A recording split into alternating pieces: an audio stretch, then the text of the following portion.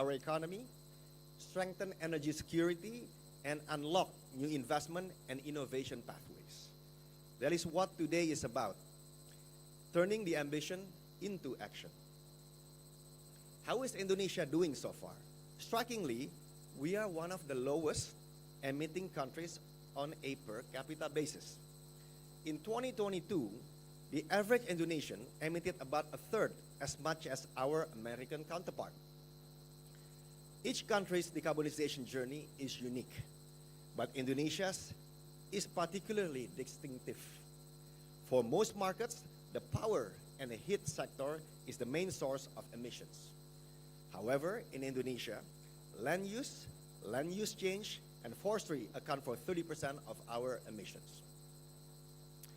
To achieve net zero by 2050, if you want to do it sooner, Indonesia must halve its emissions by 2035. Many different technologies are needed to cut energy-related emissions. Two key levers are clean power and the electrification of end-user sectors, such as road transport, buildings, and industry.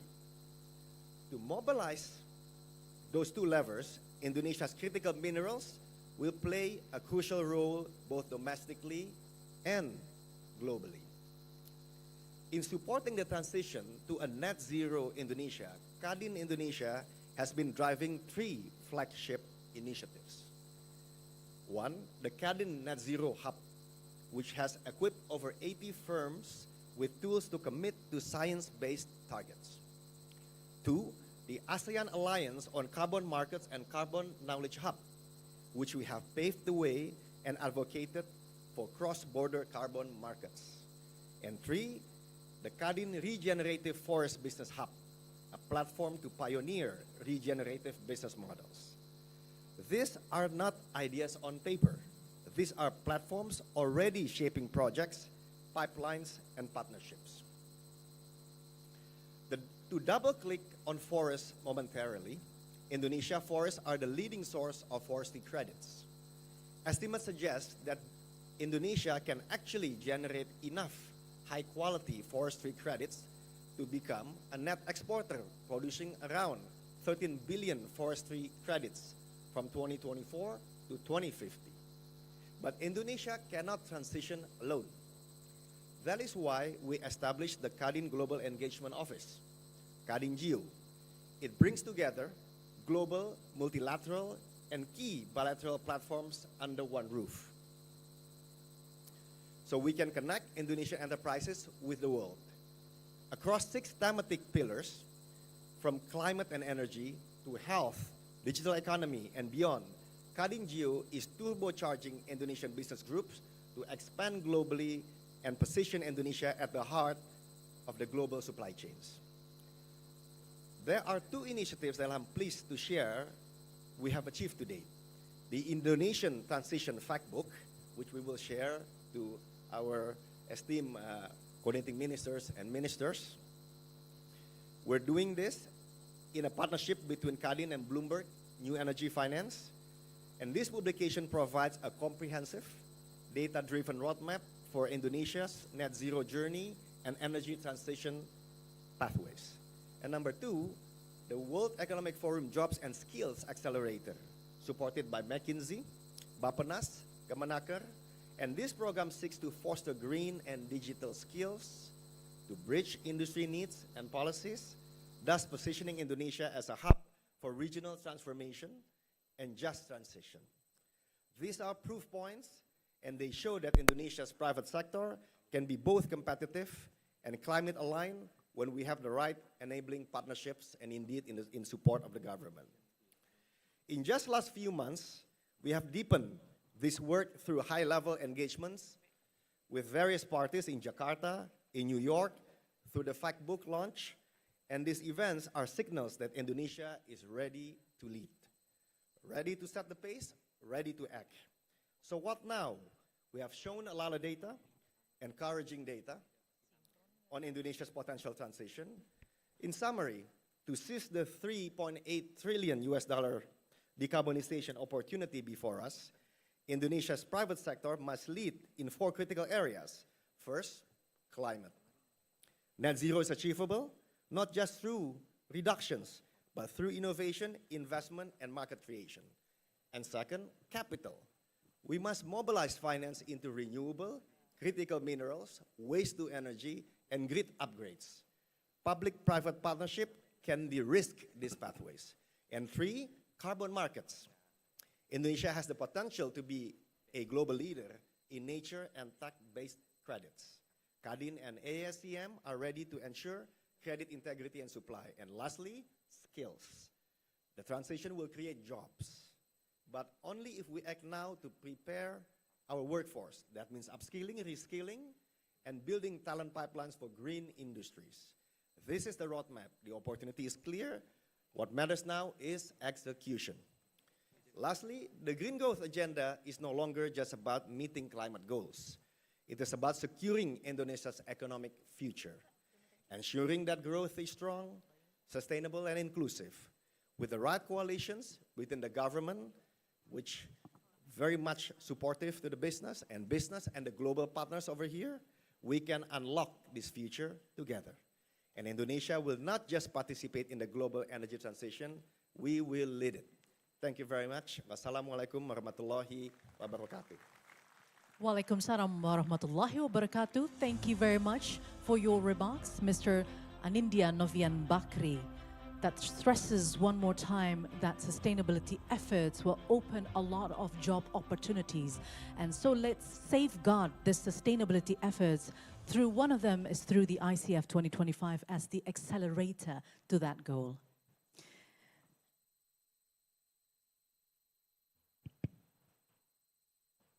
And ladies and gentlemen, throughout today, we'll have very exciting panel discussions as well as keynote addresses that will be delivered on this stage. So please follow all of our agenda as we safeguard the sustainability effort of Indonesia.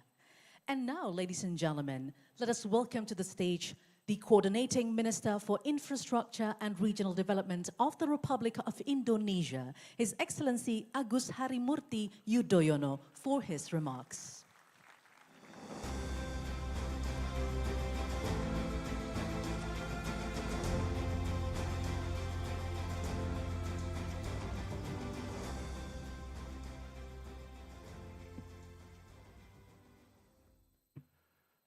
Assalamualaikum warahmatullahi wabarakatuh.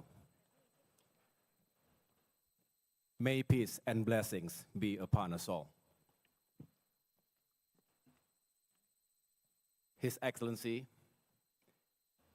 Bapak Roslani, Minister of Investment and Downstream Industry, and also the CEO of Danantara.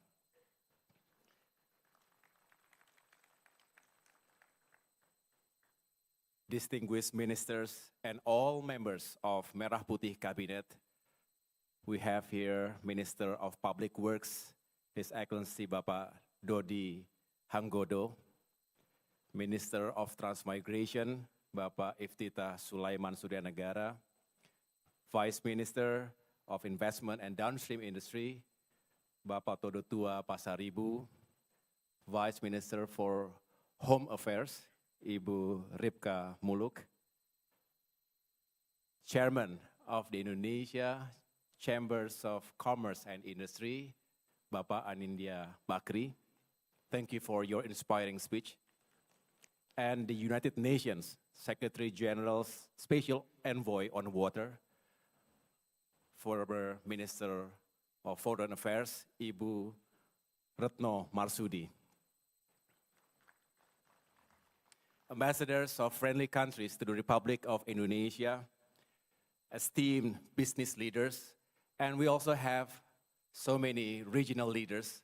I see some governors, mayors, bupati, and of course, I would like to thank international partners, friends of Indonesia, Bapak Ibu yang saya hormati dan muliakan, ladies and gentlemen.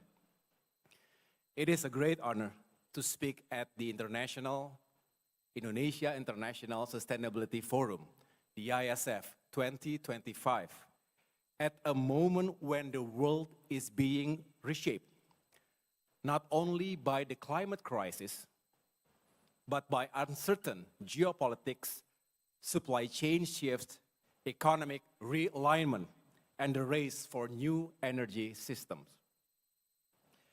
They affect food prices, jobs, energy access, water supply, and fiscal space.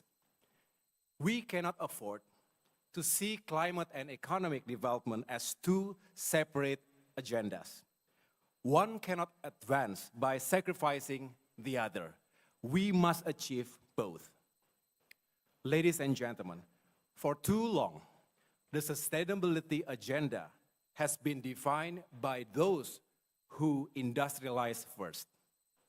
The models, the technologies, even the language of transition have largely been shaped by the global north. But the conditions of the global south are different.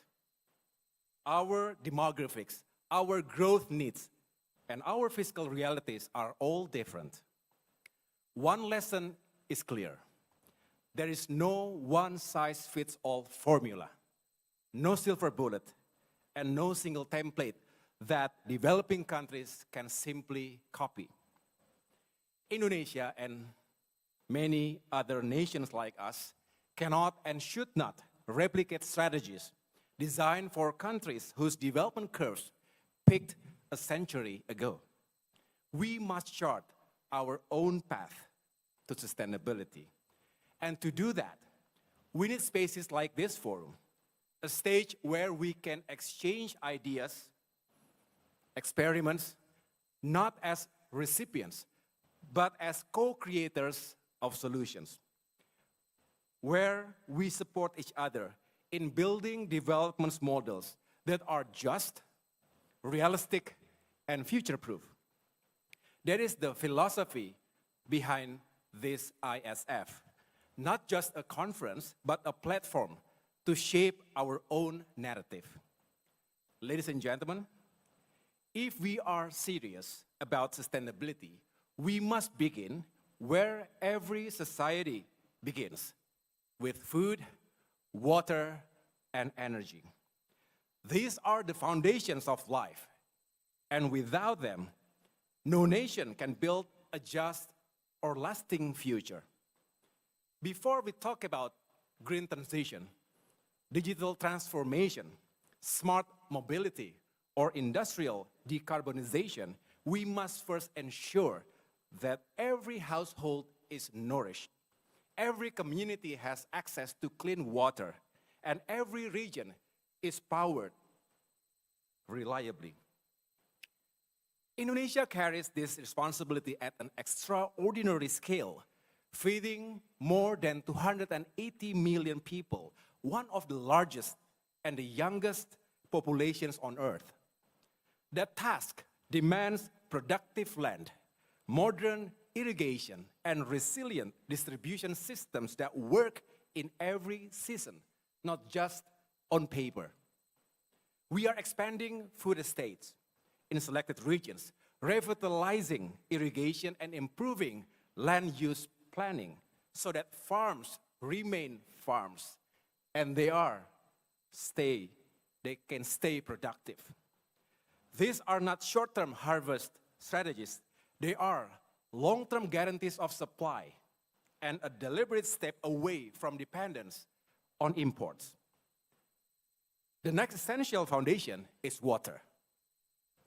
Much of Indonesia's water infrastructure already exists, but the promise of capacity must be turned into the reality of service. We are aligning the national water policy to accelerate investment in piping networks, reduce excessive groundwater extraction, and expand access to clean water in all regions. Our benchmark is clear. By 2045, all urban areas should have universal access to piped clean water. Meaning, we must be able to deliver reliable service for household, farms, and industry every single day. The third pillar is energy. We have laid out the ERPU PTL 2034, a roadmap for a cleaner, more sustainable power system. Over the next decade, Indonesia will add 69.5 gigawatts of new capacity to the national grid, with 3/4 coming from renewable and storage. The path is clear. Now comes the test of discipline, lowering cost, accelerating deployment, and ensuring that execution meets ambition. Together, these three pillars, food, water, and energy, form the true foundation of sustainability. They are the starting point for any society that aspires not only to survive, but to thrive. Ladies and gentlemen, sustainability is not only about protecting the environment. It is also about how we grow, how we make our economy faster, more efficient, and cleaner at the same time. A sustainable economy is one that drives progress without depleting the very resources that sustain it. In this sense, sustainability is both a moral imperative and an economic strategy. One of the clearest examples of this strategy in action is transport electrification. By transitioning from fossil fuels to electric mobility, we reduce fuel imports, ease the subsidy burden, and modernize our transport system. As of August 2025, Indonesia has sold more than 120,000 battery electric vehicles, reached roughly a 10% market share. New manufacturing plants are now being commissioned, and many will be fully operational next year. But electrification must go beyond private cars. The real test lies in decarbonizing public transport, logistics, and freight, ensuring that every link in a chain that moves our people and goods becomes cleaner, more efficient, and more resilient. Beyond mobility, sustainability in growth also means creating more value from what we produce. This is the very essence of downstreaming. Pak Rosan is the expert in this field of area. And the transformation of our raw materials into high-value products.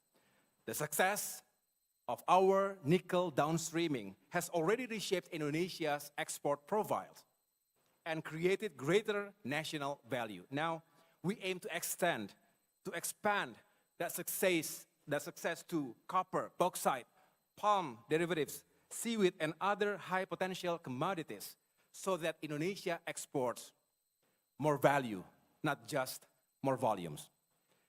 Yet, as we expand our industrial capacity, we must also make it cleaner. That is why we are advancing industrial decarbonization.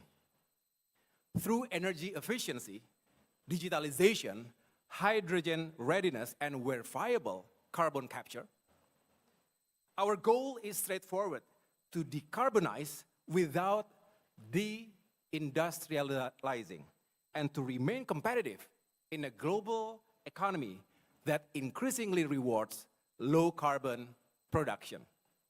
Of course, none of this transformation is possible without two critical elements.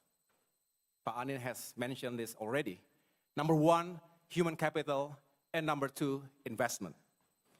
The green transition does not run on slogans. It runs on capability. We need engineers who can integrate power grids, data specialists who can anticipate demand and risk, technicians who can maintain new systems, planners who can design resilient cities, and green finance experts who can structure viable, bankable projects. To achieve this, Indonesia is aligning its human capital development with the needs for the future through education, certification, and hands-on apprenticeships that turn knowledge into know-how. The second enabler is investment. Because ambition needs resources and transformation requires scale. According to Bappenas, Indonesia will need around $650 billion in infrastructure investment to achieve its target of 8% economic growth. Of this total, about 190 billion US dollar must come from private capital, nearly 4 times more than in the previous period. The state budget alone cannot and should not carry this burden. We are therefore building a financing ecosystem that blends public and private instruments, mobilizing sovereign funds, engaging multilateral partners, and encouraging blended finance. But investment will only flow where trust exists.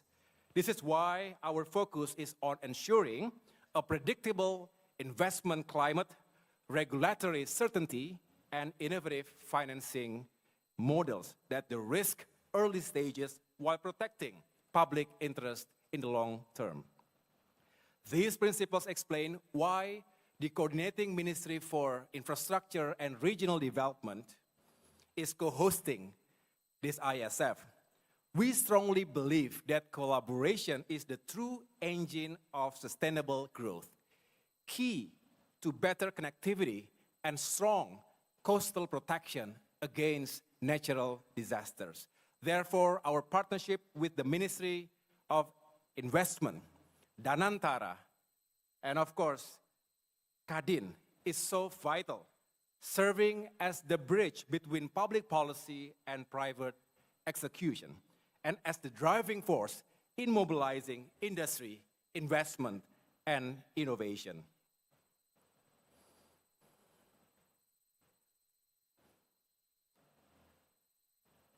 Together, we share one mission: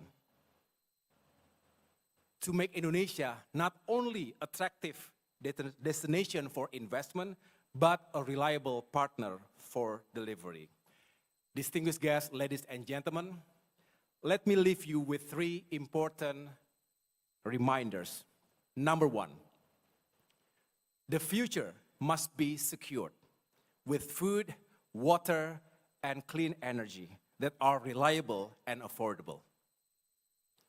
Number 2, the future must be competitive with efficient mobility, deeper downstreaming, and industries that decarbonize even as they grow. And finally, the future must be investable with skilled people, credible project pipelines, and financing models that turn ambition into real assets on the ground. As partners and solution builders, let us work together. Let us build a future where prosperity and sustainability lift one another. Let us build a future where no one and no region is left behind. And let us build impactful progress for Indonesia, for humanity, and for our planet. Terima kasih. Wassalamualaikum warahmatullahi wabarakatuh. Waalaikumsalam warahmatullahi wabarakatuh. Once again, thank you very much, Mr. Agus Harimurti Yudhoyono, for the inspiring remarks. Also noting that sustainability and economic growth should go hand in hand. And let's not put aside as well ensuring that all houses or every household is nourished through food security, clean water supply, and energy security. And while through industrial decarbonization, Indonesia deems to remain competitive in the global economy. And let's do it through collaboration as the true engine of sustainable growth. Once again, thank you for the remarks.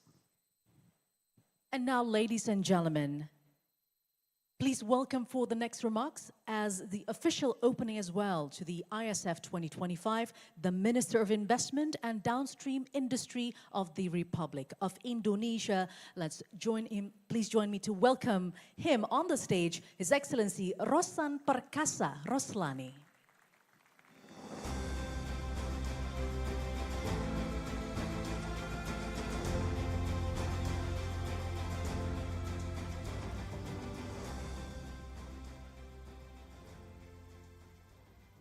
Assalamualaikum warahmatullahi wabarakatuh.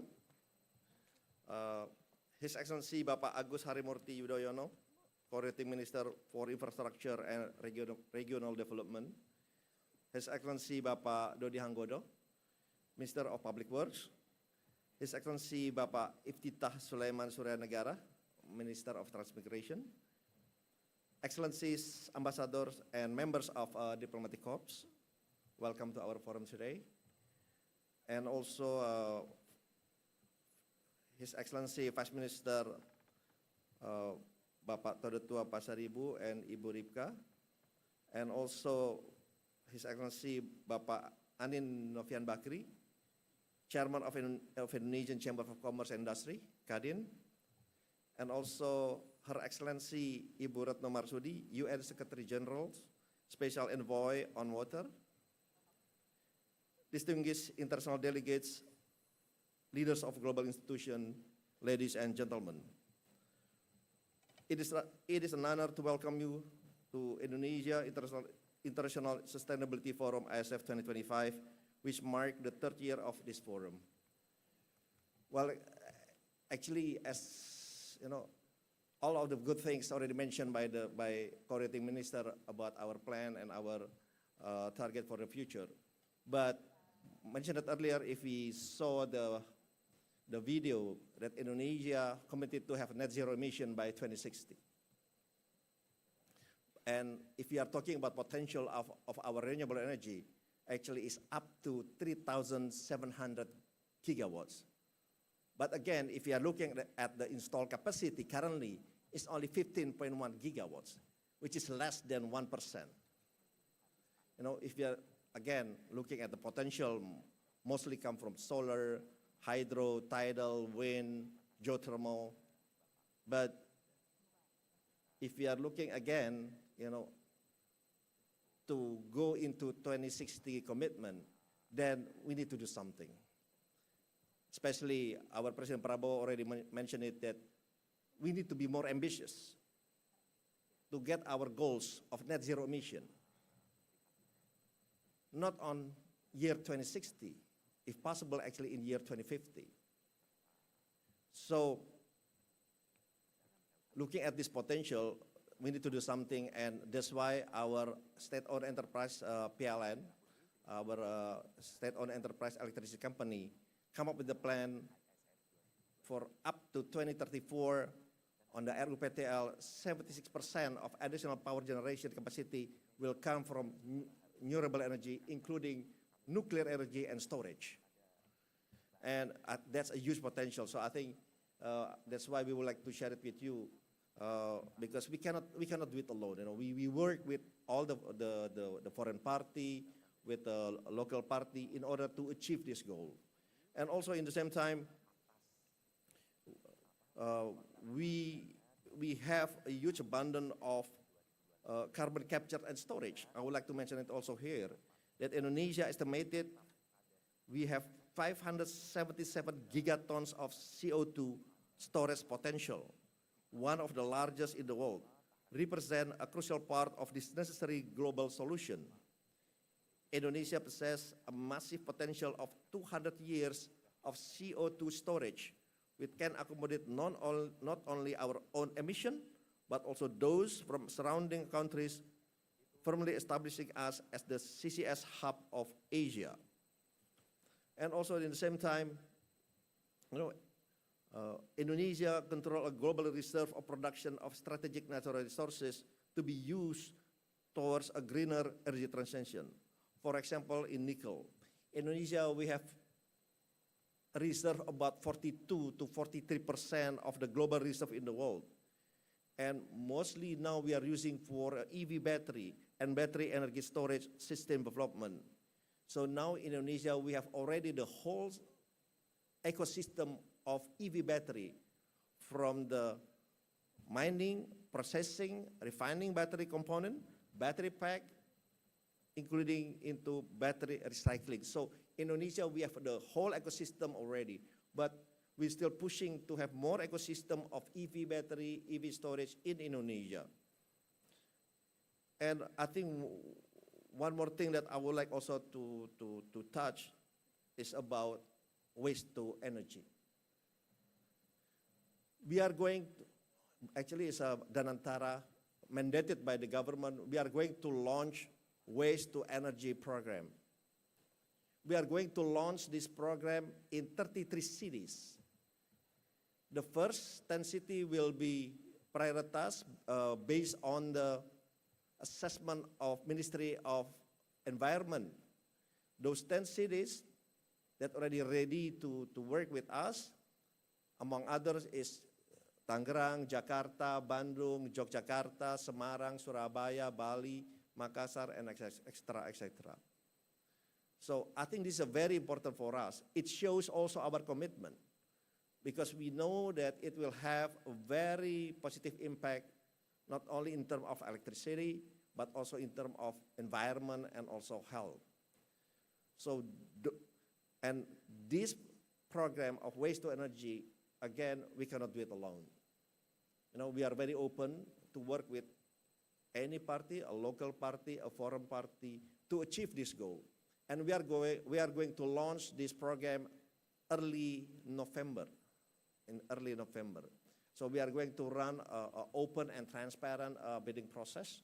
So hopefully 2 years from now, most of the waste in big cities, especially in the big city, can be transformed into electricity and also in the same time create more job for Indonesia. But again, we know we have all these good projects, but also at the same time, we still have a homework. Our homework is how we can strengthen in our legal certainty investment procedure, by simplifying a lot of rules, policy, regulation, cut the red tape, and always try to improve our investment climate, our industry climate, because I think this is the homework that all these ministries has been working together to improve this investment climate. And I would like to mention it also, recently under the government regulation, now all the licenses and permits in Indonesia can be issued by our Ministry of Investment after working with all 18 different ministries.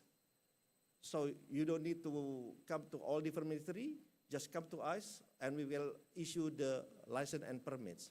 Not only that, if we give you a certain date, a certain period of time, if you don't come back to us, automatically we will issue that permit and licenses. So again, it will give a certainty and clarity in terms of investment and also in terms of industry climate. In ISF 2025, represent also a critical moment for execution. First, we must enable. This means finalizing the technical and financial studies needed to get your project approved. We have put the incentive and regulatory models in place, and now it's time to turn our vision into reality. Next, we must establish and build new partnership, especially for cross-border cooperation. Let's work together to finalize the commitment that will secure our shared sustainable future. So on the behalf of Ministry of Investment and Downstream Industry, BKPM, Coordinating Ministry of Infrastructure and Regional Development, and also Indonesian Chamber of Commerce and Industry, KAN Indonesia, with the recitation of Bismillahirrahmanirrahim, I hereby declare the 2025 Indonesia International Sustainability Forum officially open. Thank you very much. Wassalamualaikum warahmatullahi wabarakatuh.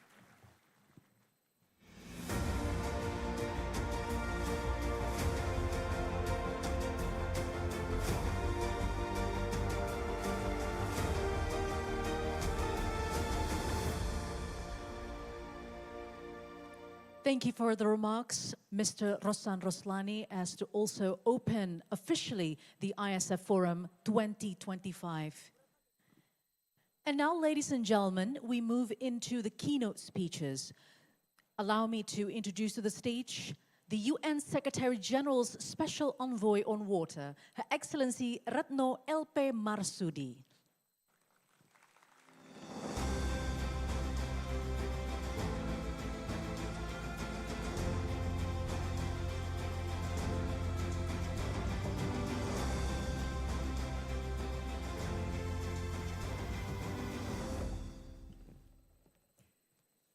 Bismillahirrahmanirrahim. Assalamualaikum warahmatullahi wabarakatuh. Salam sejahtera, selamat pagi.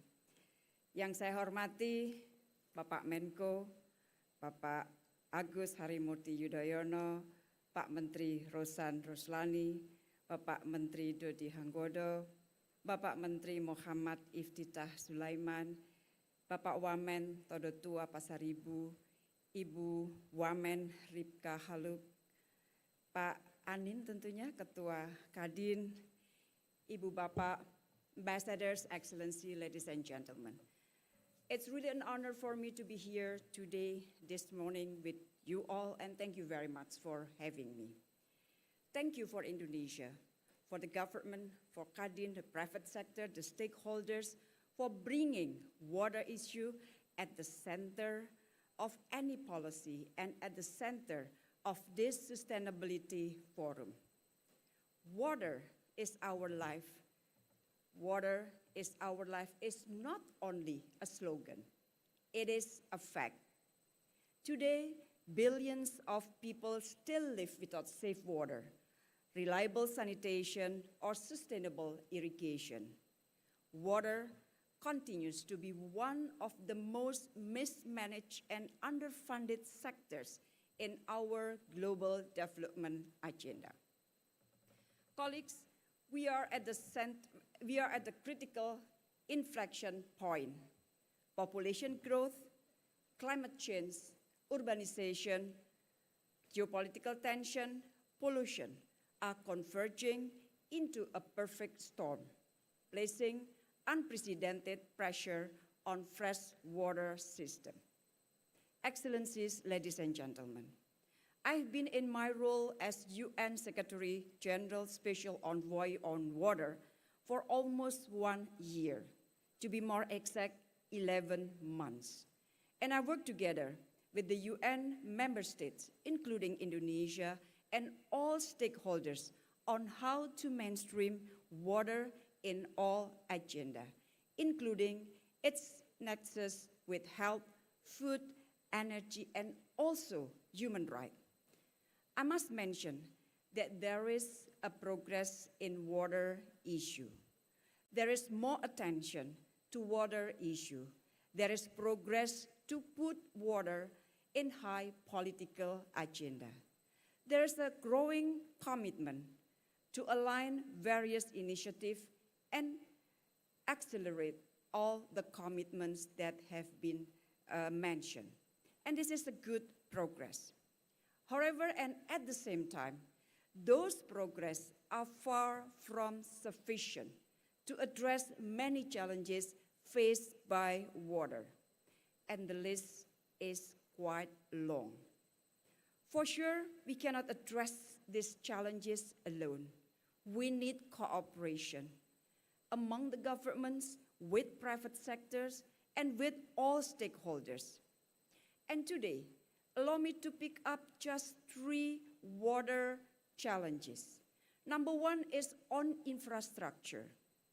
Colleagues, water infrastructure, from pipes to pumps, dams to distribution network, form the backbone of water access.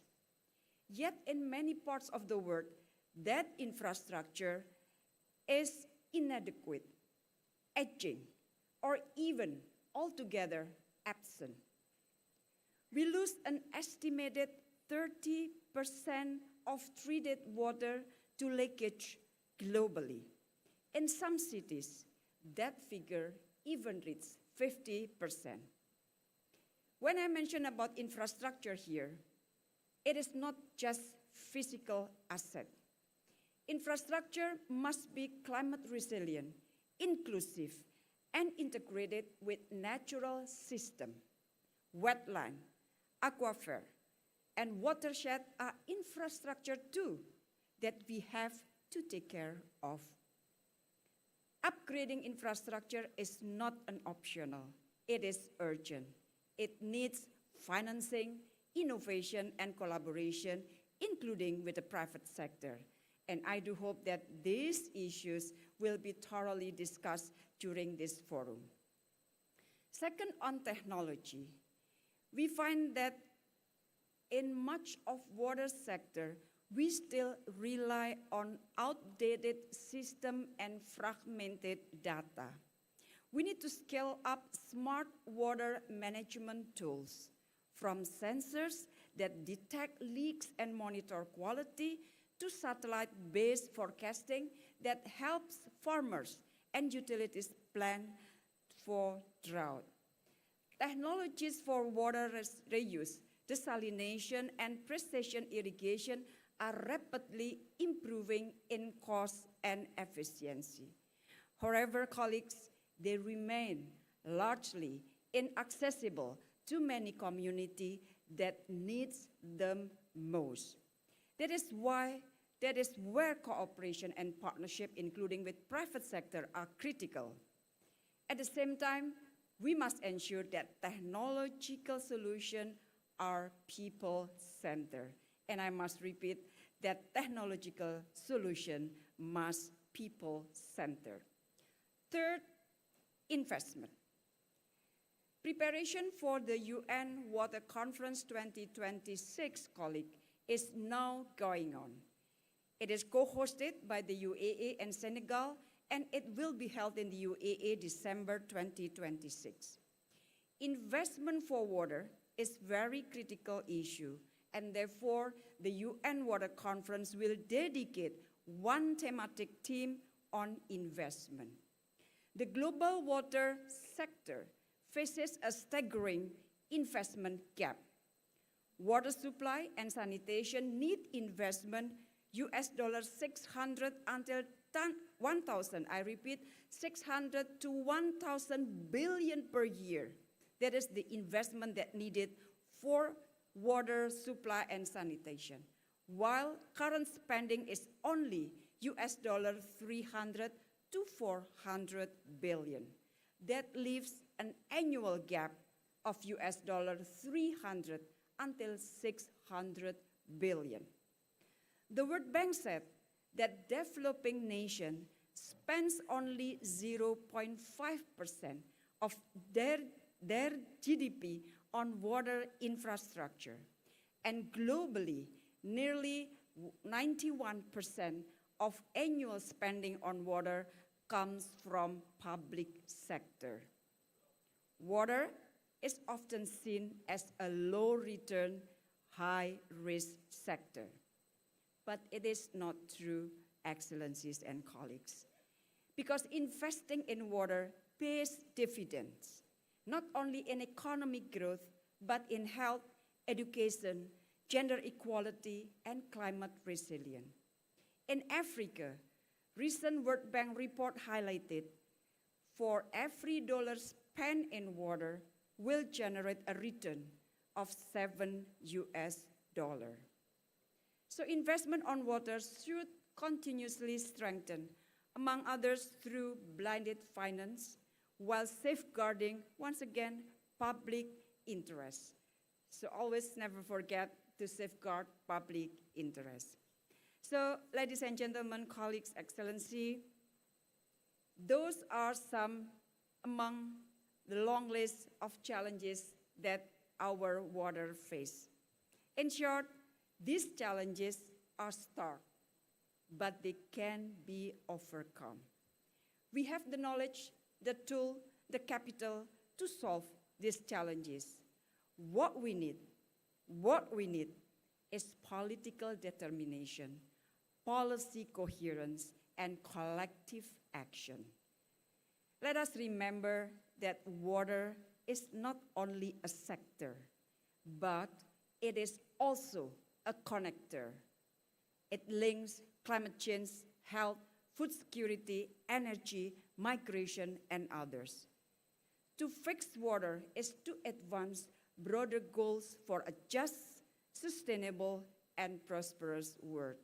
So let us act with urgency, not out of fear, but out of hope.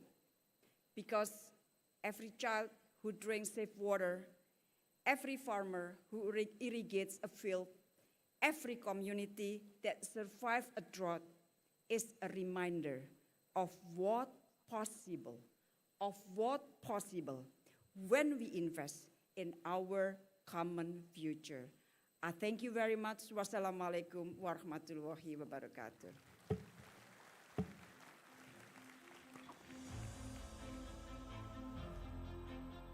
Walaikum salam warahmatullahi wabarakatuh. Once again, thank you very much, Ibu Retno Marsudi, for the inspiring keynote speech.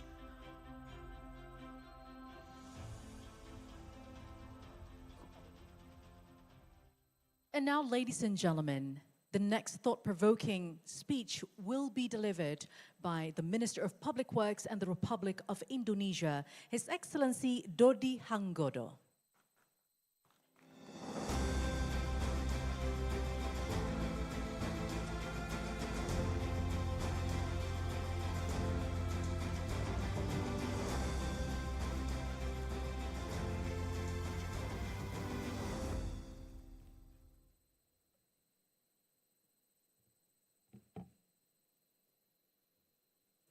Bismillahirrahmanirrahim.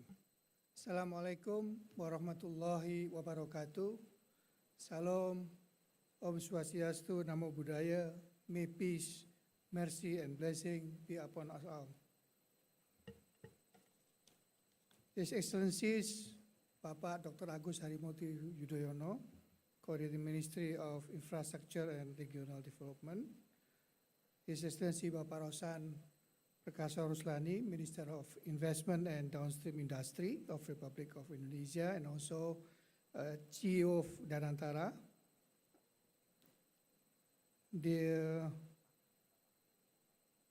His Excellencies of Pak Iftita Sulaiman Suryanegara, the Minister of Transmigration, Honorable Vice Minister of Investment and Downstream Industry, Bapak Todung Tua Pasaribu, Her Excellency Bu Ripka Haluk, the Deputy Minister of Home Affairs, Her Excellency Bu Retno Marsudi, United Nations Special Envoy on Water, Excellencies, Ministers and distinguished heads of government agencies, and honorable ambassadors and representatives of international organizations, respected leaders from Indonesia and global of Indonesia businesses, academia, and civil society.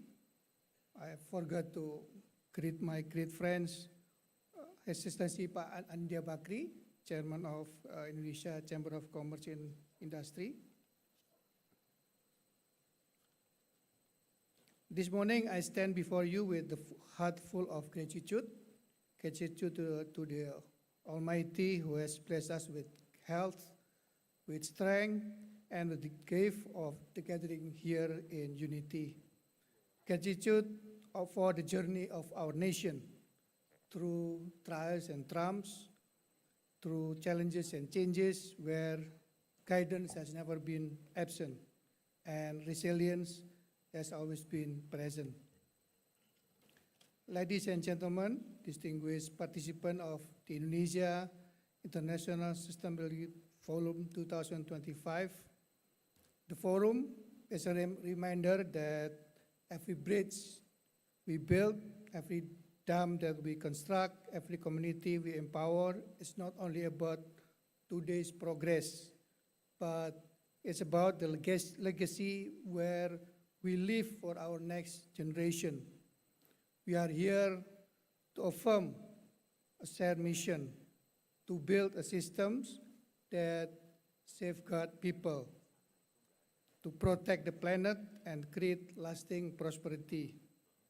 Distinguished guests, ladies and gentlemen, infrastructure tells a story of a nation. It is more than just a steel and stone. It is a resilience and vision. If it is poorly planned, it divides. If wisely governed, it unites. It can lock us into a crisis, or even lift us into progress. The choice is definitely ours. The responsibility is also ours. Infrastructure is not just an engine of growth. It is also the guardians of climate balance, ecological system, and social equity. That is why governance matters, because sustainability is not a choice, it is a necessity. Our work is guided by Sustainable Development Goals, the Paris Agreement, the Sendai Framework for Disaster Risk Reduction, and the new Urban Agenda. These are not distant words or on paper, they are living commitments. At the Ministry of Public Works, we turn them into standard, into safeguard, into trust, because global promises must meet local life. Distinguished guests, ladies and gentlemen, Indonesia cities generate about 45.5% of the national GDP, but rapid growth brings pressure. Coastal rates rising, settlements sprawling, mobility slowing. We cannot build just more roads. We must build more futures. Cities must not only grow, but shall be glow with dignity, equity, and opportunity. Our response is clear: one map, one data, one plan, so that every investment builds resilience, not just a monument, because the climate crisis is not an abstract. Its impacts are happening in Indonesia right now. For example, our city Semarang faces rising seas. Our East Nusa Tenggara suffers drought. Bali enters floods. Distinguished guests, ladies and gentlemen, our President, Bapak Prabowo Subianto vision is bold. By the year of 2045, Indonesia must be sovereign, just, and prosperous. Through the vision of Ministry of Public Works of 608, or we call it PU 608, we pledge efficient investment, the elimination of poverty, and 8% annual growth by 2029. PU 608 consists of three numbers and only one mission: prosperity with justice. We designed 50 priority cities and towns, metropolitan to emerging, balancing growth between Java and regions beyond. One nation, many centers, one vision, many voices. Through the presidential instruction, we move fast. Every project is a front line of national resilience. Every instruction is a mandate for dignity. The instruction including irrigation for food, rehabilitation for schools, regional roads for connectivity, zones for food, energy, and water security. By the end of 2024, Ministry of Public Works already renewed and rebuilt about 3,000 schools, some hundred madrasa, and hundreds of universities. We do believe that a classroom is more than just a building. It is a doorway out of poverty. It is not a construction, it is a liberation. To broaden the connectivity for food and energy security, we also built roads and bridges. Those can carry more than just vehicles. They carry trust and survival. Here, we also built some laboratories of resilience for food, energy, and water zones in South Sumatra, South Kalimantan, Central Kalimantan, and also South Papua, with integrated planning, united budget, and measured result. Meanwhile, our programs anchor resilience in local hands. We have some community-based infrastructure. The community-based infrastructure is based on for the irrigation water utilization, for drinking water supply, for sanitation, and also for the waste management program. By 2026, since resilience is strongest when it is rooted in the community, we plan to build 12,000 irrigation sites, 600 socio-economic projects, 700 drinking projects, 80 waste management facility, etc., and etc. Excellencies, distinguished partners and guests, we embrace also public-private partnerships, 3P, to achieve green returns, real returns, share returns for sustainable economy. Because we do believe that public finance alone cannot carry the load. Projects that have been funded by these 3P are some construction of several dams, several toll roads, and one pilot waste facility, the one in Lampung, West Java, and also in Balikpapan. For sustainable development and making us stronger together, we should assure that no government can stand alone, no businesses can thrive alone, no community can endure alone, but together we can. Together is a must. Distinguished guests, ladies and gentlemen, sustainable infrastructure is not just a concrete, it is conviction. It is not just a project, it is a protection. It is not just about growth, but it is about dignity. Through our vision, the Ministry of Public Works vision of PU 608, and following our President Asacita 2045, Indonesia committed to building a future that is greener, fairer, and stronger. Let us all build, not for some, but for all. Not for today, but definitely for tomorrow. Not for one nation alone, but for our shared community.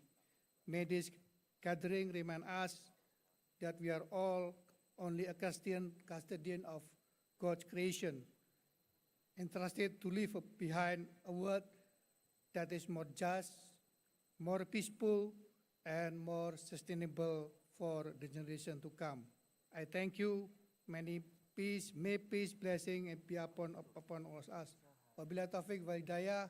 Assalamualaikum warahmatullahi wabarakatuh. Walaikum salam warahmatullahi wabarakatuh. Thank you very much for the most inspiring keynote speech as well from Mr. Dodi Hanggodo. Thank you.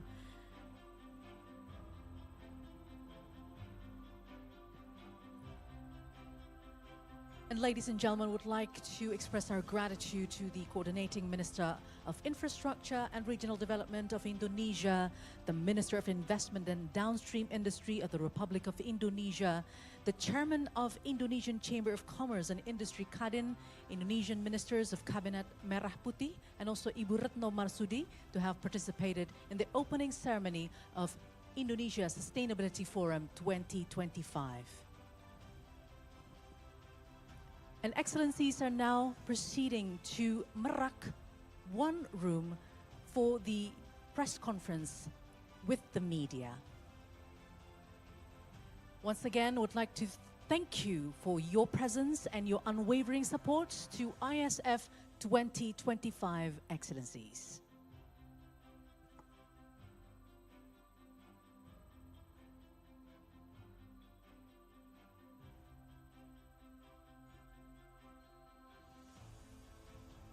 And ladies and gentlemen, participants of ISF 2025, we will continue with the next agenda today, which are the panel discussions, where we promise the discussions will spark discussions as well, and collaboration among all of us to safeguard Indonesia's sustainability. So we invite everyone to please stay put at the plenary hall for the next agenda. Thank you very much.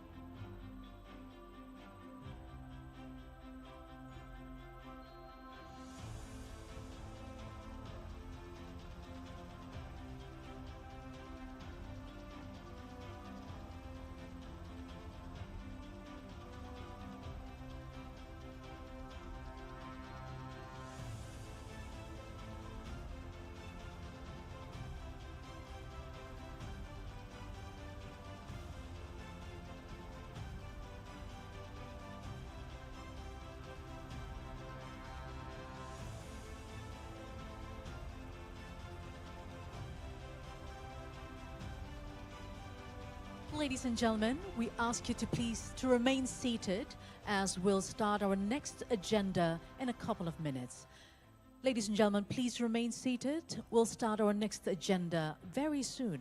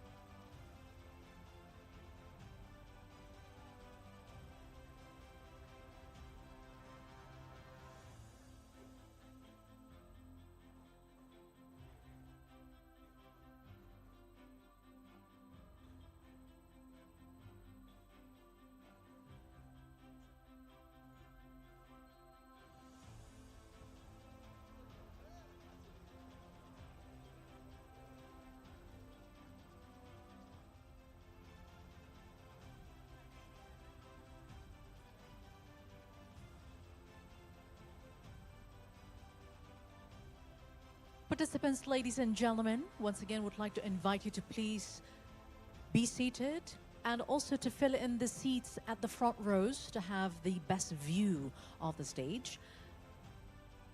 Bapak Ibu yang terhormat, kami persilahkan untuk kembali menempati tempat duduk yang ada dan mengisi kursi-kursi di bagian depan untuk mendapatkan view terbaik ke arah panggung. And ladies and gentlemen, building from previous ISFs, this year's ISF aims to foster partnerships and share best practices among stakeholders, contributing to a resilient, sustainable, and prosperous future for the world.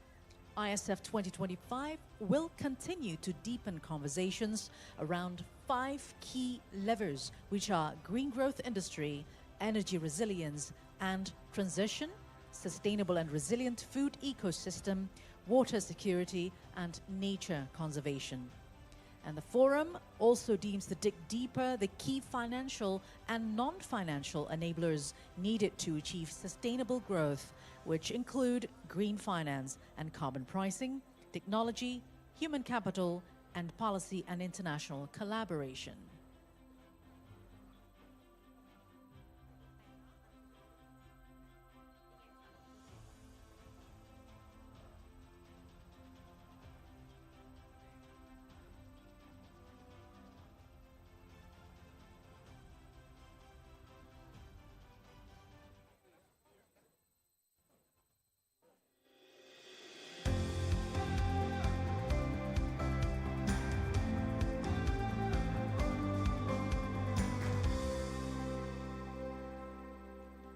And ladies and gentlemen, welcome back to ISF Forum 2025. We hope that you are now ready to receive fresh perspectives on every aspects regarding sustainability efforts in this country, Indonesia. And as promised, we are going to start with our panel discussions this morning. And the theme that we take at the very first panel discussion will revolve around securing water for all, advancing water security, and clean water access. So without further ado, allow me to welcome our moderator for the session, Ms. Nadia Habibi from the Habibi Center. Let's welcome her on the stage with a big round of applause.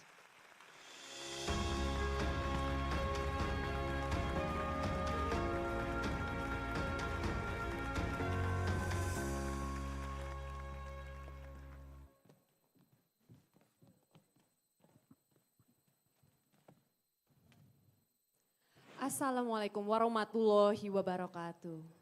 Your Excellencies, esteemed leaders and guests. It is an honor to open the first panel of Indonesia International Sustainability Forum 2025, a conversation that speaks to the essence of life itself, water. Water is something that no human can live without for more than 3 days. It is more than a resource. It is a human right. Yet around the world, billions still lack it, and even in fast-growing economies like ours, access to drinking water and clean, safe water remains one of the most urgent and complex challenges of our time, creating gaps in the system that bring water into our homes, schools, and industries, the lifelines of our civilization. As Indonesia's economy and its cities continue to grow, the pressure on our water systems grows with them, testing how we can balance development, infrastructure, and the fundamental human right to water. This session will explore that balance, examining the challenges, the opportunities, and the breakthroughs that can redefine how we secure and deliver drinking, clean, and safe water for our people.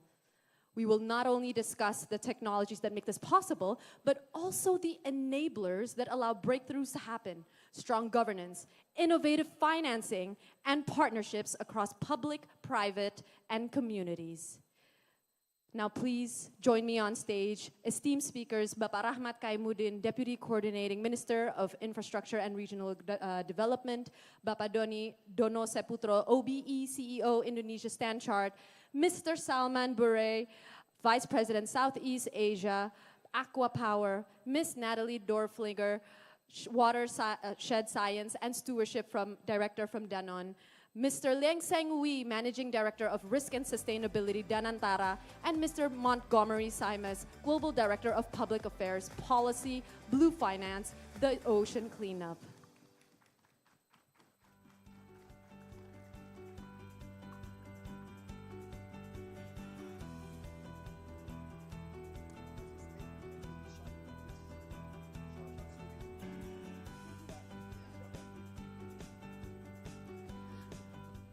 Now let us begin with the big picture. Pak Rahmat, what are the most pressing challenges we face today in ensuring sustainable access to water in Indonesia? The floor is yours. Yeah, thank you, Nadia. Thank you, everybody, my fellow panelists. So let me step back and look at where we are, at least in Indonesia. The good thing first, Indonesia actually have enough water, meaning H2O, right? We have decent amount of rain, we are surrounded by the sea, so plenty of water around. Now the problem is whether they are in the right quality and quantity that is needed for human activities. In Indonesian, we call it, the problem is warung jamu. Waktu, ruang, jumlah, dan mutu. So time, space, quantity, and quality. Are they in the right situation? And unfortunately, the answer today is not yet. If you look at very deep, Java Island is actually in water stress situation. A lot of water in other places. Sometimes we see the water is too much, flooding, the water is too little, some drought happening in the country. So we need to make sure that the water so it's a storage problem, it's a distribution problem, it's a treatment problem. So there are those problems. In short, infrastructure problem, right? And the other good thing is, right, the opportunities we see is that water is very interesting commodity. Some people actually get it for free. You know, they just dig the well and then they can get access for free. So people say it's a free commodity. On the other side, let's say the water that we have in the table, regular water that we bought in the mart, right, Family Mart or whatever, probably cost, let's say 10,000 per liter. While the cost to process in Indonesia, the average, is probably only 5 rupiah per liter. So 2,000 times more. So there are people who are willing to pay for this type of commodity. So the quantity available so in general, but need infrastructure, and there are people who are willing to pay, but some maybe more than the others. So it is a potential for business, I guess, right? Then I guess but why it's not happening today? The other problem that we've seen is that sometimes water, people think that this is a social problem and therefore government problem, but the amount of investment needed, it's much, much more than what public fiscal space can bear. So we need private sector involvement, and I guess the question is, how can we entice, how can we make sure that this private sector money can flow? What kind of regulation that we need to do and whatnot, right? So I think that is gonna be asked by the fellow panelists that I have next time. So back to you, Nadia. Thank you very much, Pak Rahmat. Now I would like to bring this to the global level. To Ms. Natalie, what does the situation look like internationally? Are there similarities and differences between countries outside Indonesia and Indonesia? Yes, thank you.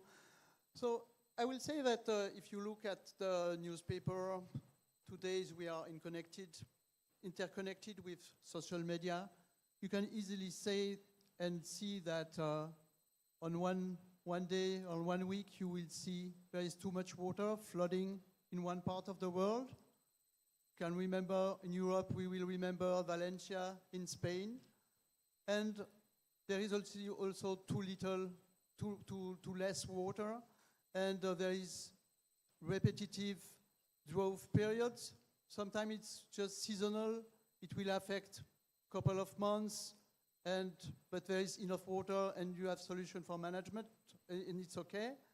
But if it's not the case, and if it's on a long row, like 6 years in a row of drought periods in Morocco, you heard about it.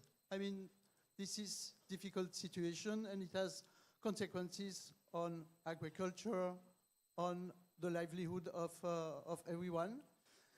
Or there is other example, also in Mexico, for example, where there is a demographic pressure.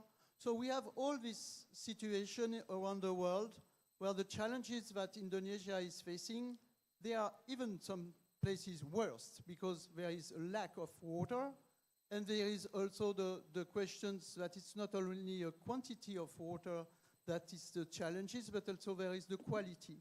And quality due to different type of pollutions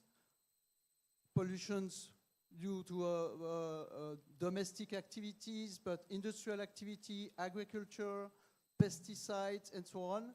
So it is a serious challenges, and it is linked to, on one way, some climate change, but on the other way, it's all the actions that are made by, and the decisions that are interconnected, made by the society. And it's complex. So there is the governance, and to be ready for the situation, for the next times, we need to anticipate. And there is not one solution, but there is a lot of different solutions. And I will say that what I see in Indonesia, Danone working in many countries, giving you an example that we are facing these challenges in other countries as well, in more than 15 countries where we operate, for all type of products that we are doing, dairy products, waters, and so on. We are facing this in 15 countries where we need to find some solution, and we committed to save water. Water is vital, it's important for our society, it's important for the nature, for the environment, and we are protecting this water with the at local level. This is key, and it is what is here. It's also what I see, it's important. It has been said previously by the previous speaker. It is the community-based approach that is something that is very strong here, and that you can rely on. In 2012, the Indonesian government set up the forum, the DAS forum, the multi-stakeholder approach. And this is something that is very important, where we can rely on. That means that you can empower the local stakeholders, the group of farmers, the community organization, business at the village level, private sectors, public sector, to have some common approach of protecting the key infrastructure that is not, as has been said by the special UN water envoy, not only pipe, but the watershed. And this is key to have some conservation actions. It is already started here, several decades, with some private sector. Danone is playing his role on this. And it allows not only to preserve the water, but also to create value locally for the local communities.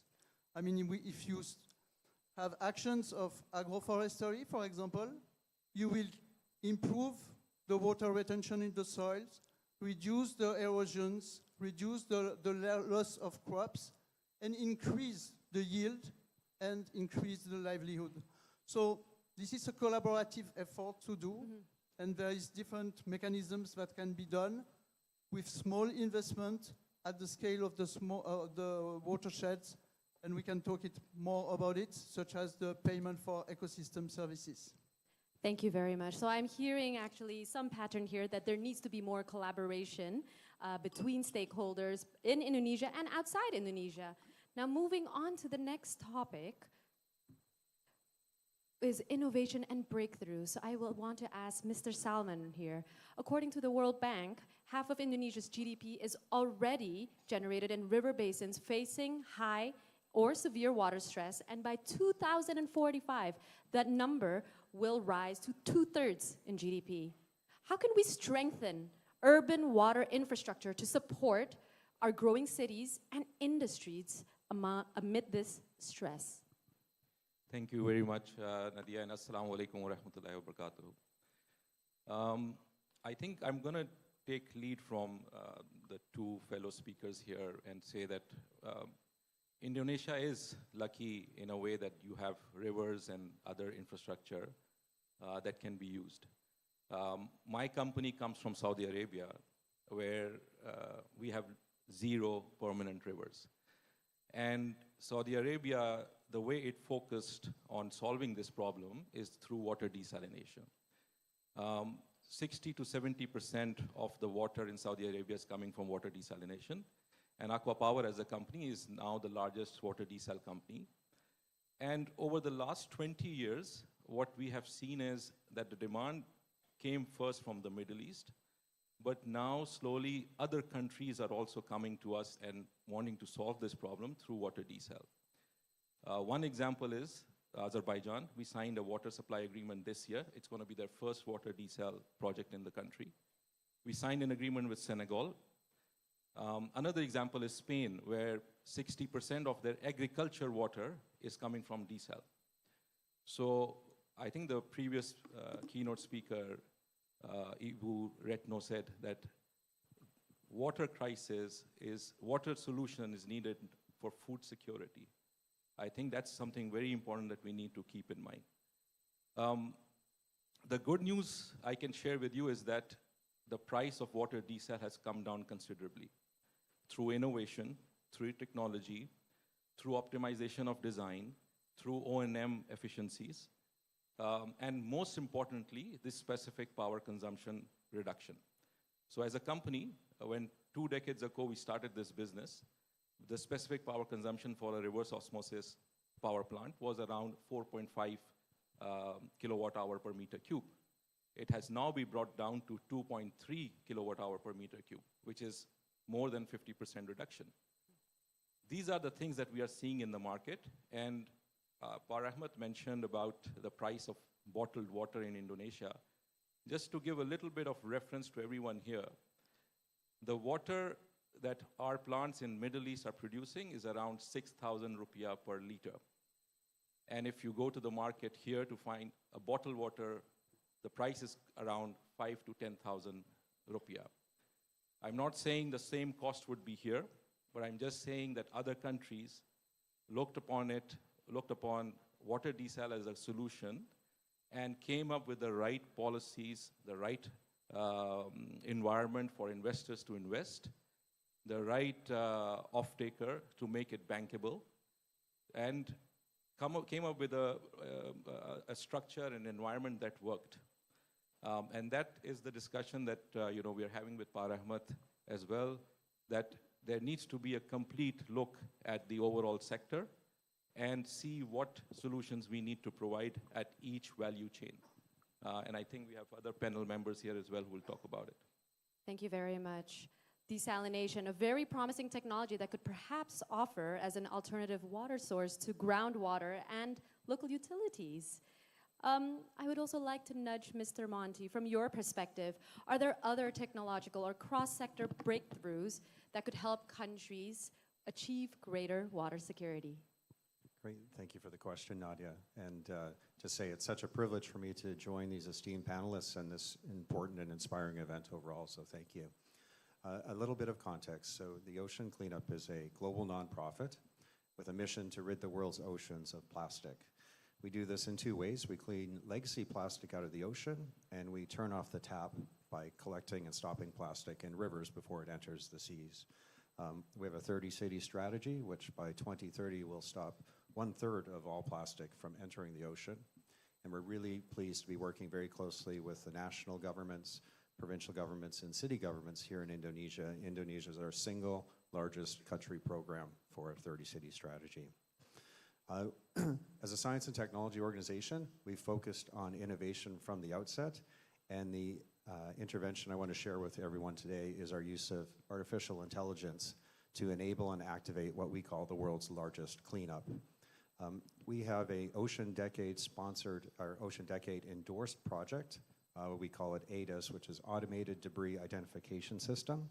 And what this is a system of cameras and then back office analysis, which allows us to identify, monitor, measure, and forecast where plastic will move in various types of water bodies around the world. This, of course, is really important for us because we want to place our interceptor technologies at the exact locations where they'll receive the maximum efficiency and impact. But we've also found that the data and the analysis that we generate is of high value and quite useful to our government partners who are very interested in setting baselines and also designing and measuring upstream policy interventions around plastic pollution and marine debris. So we sort of see this as a bit of a twofer. One, we're using it for ourselves, but we actually really are pleased to be able to share it with our stakeholder partners around the world. Thank you very much. AI, in short, right? So through technology, we can create efficiencies to remove plastic debris from the water, enhancing water security. So we've talked about innovation and breakthroughs. Now let us turn to finance and to understand how we can sustain these systems over time. Pak Doni, water projects often struggle to attract long-term capital. From a financing standpoint, what will it take to make this sector more bankable and attract sustained investment? Thank you, Nadia, and privileged to be here with all the esteemed panel. First of all, let me set the context actually that from the capital market financial perspective, I think water projects, they're very attractive. So that's number one, right? And maybe actually a little bit more, particularly the way that we see opportunities on SDG-related investments across emerging markets. So as Standard Chartered, we did this investable sort of mapping across the world. And for Indonesia, we see that Indonesia, I think national demands actually require about 600,000 liter per second. Actually, right now, the installed capacity and distribution is only about maybe close to 1/3. So Indonesia would require an investment opportunity from private sector in the water infrastructure up of the north of $40 billion between now and 2030. And this basically represents the largest, or one of the largest, untapped investment opportunity in the country. And I think actually we need to turn it into this. So what we need actually to do is that let's turn water projects into investable assets.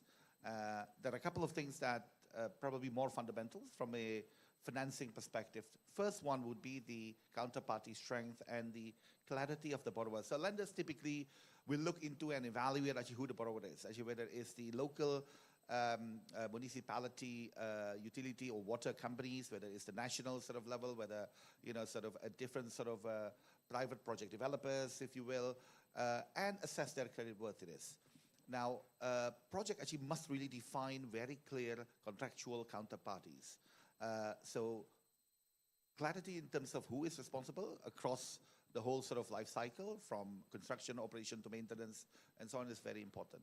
The second part is about revenue certainty or at least predictability and credit enhancement.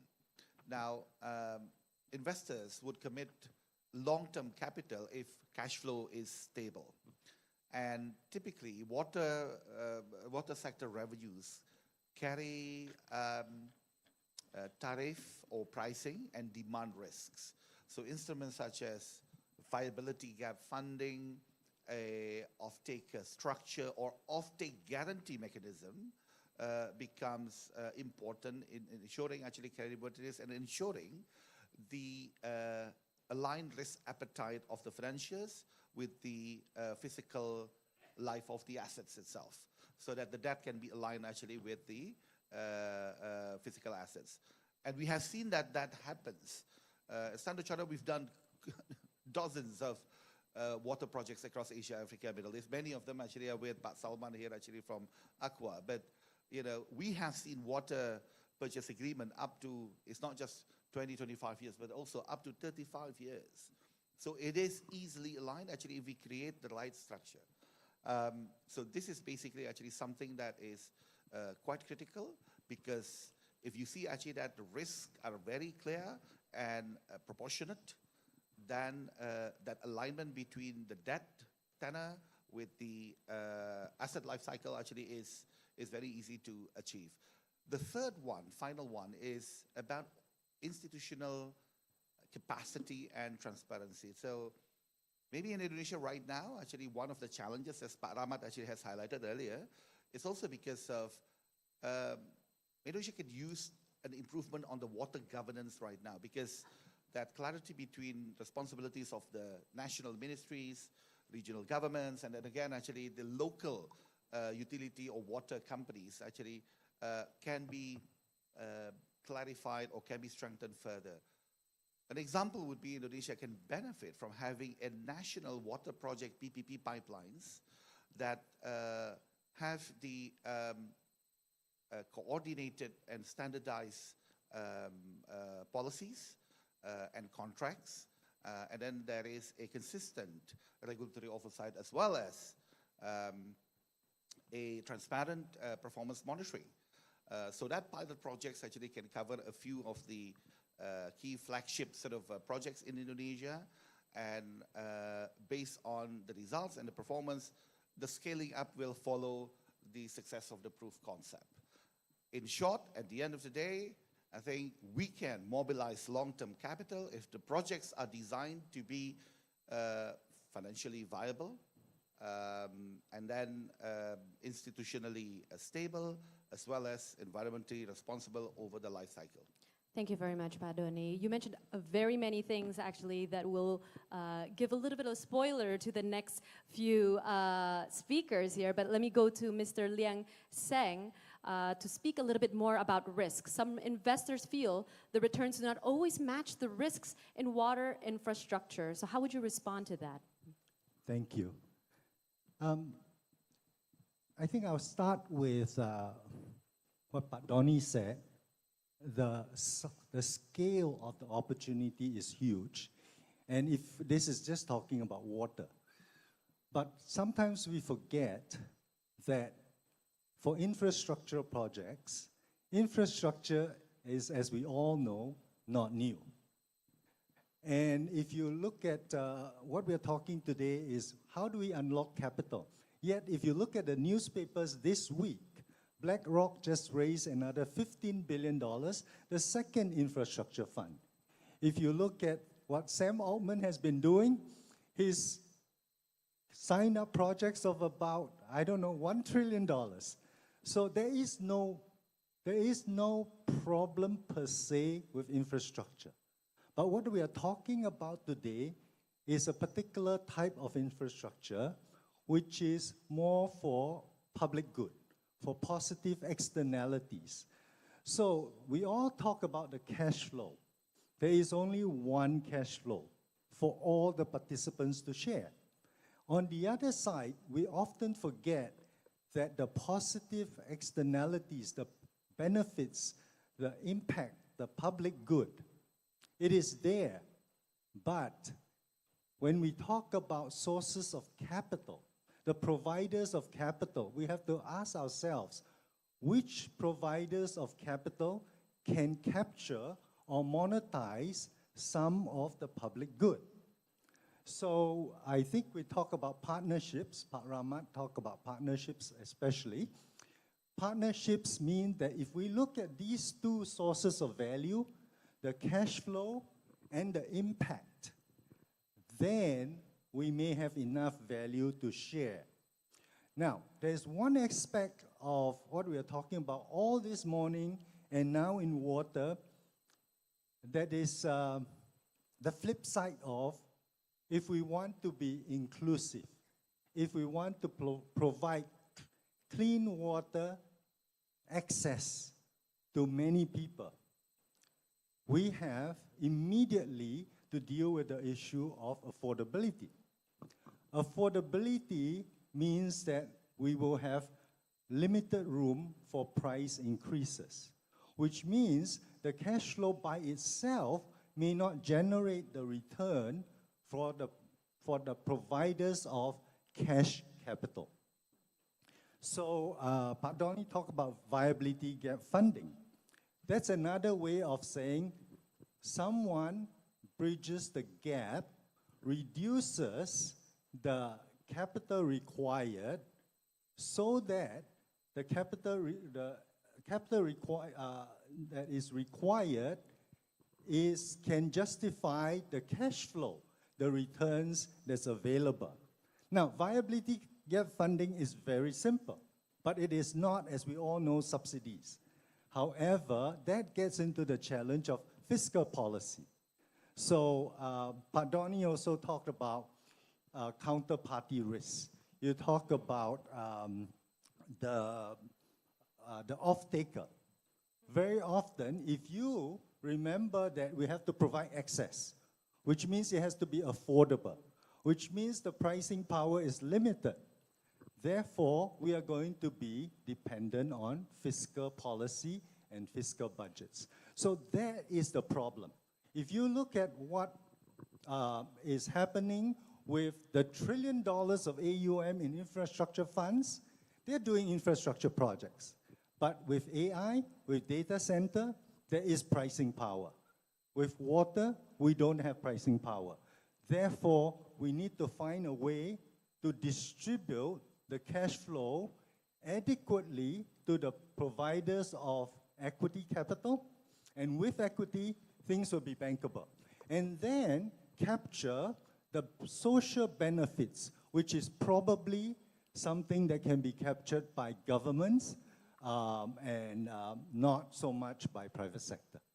Thank you very much. And lastly, very quickly as well, Pak Rahmat, maybe you want to delve a little bit more on the counterparty risk that was briefly mentioned by many speakers here today. Yeah, thank you, Nadia. Basically, let me quickly do some mental exercise on cash flows, as my fellow panelists has mentioned. 280 million people in Indonesia. And what I understand is to have enough water free of diseases, you need about 75 liters per person per day, right?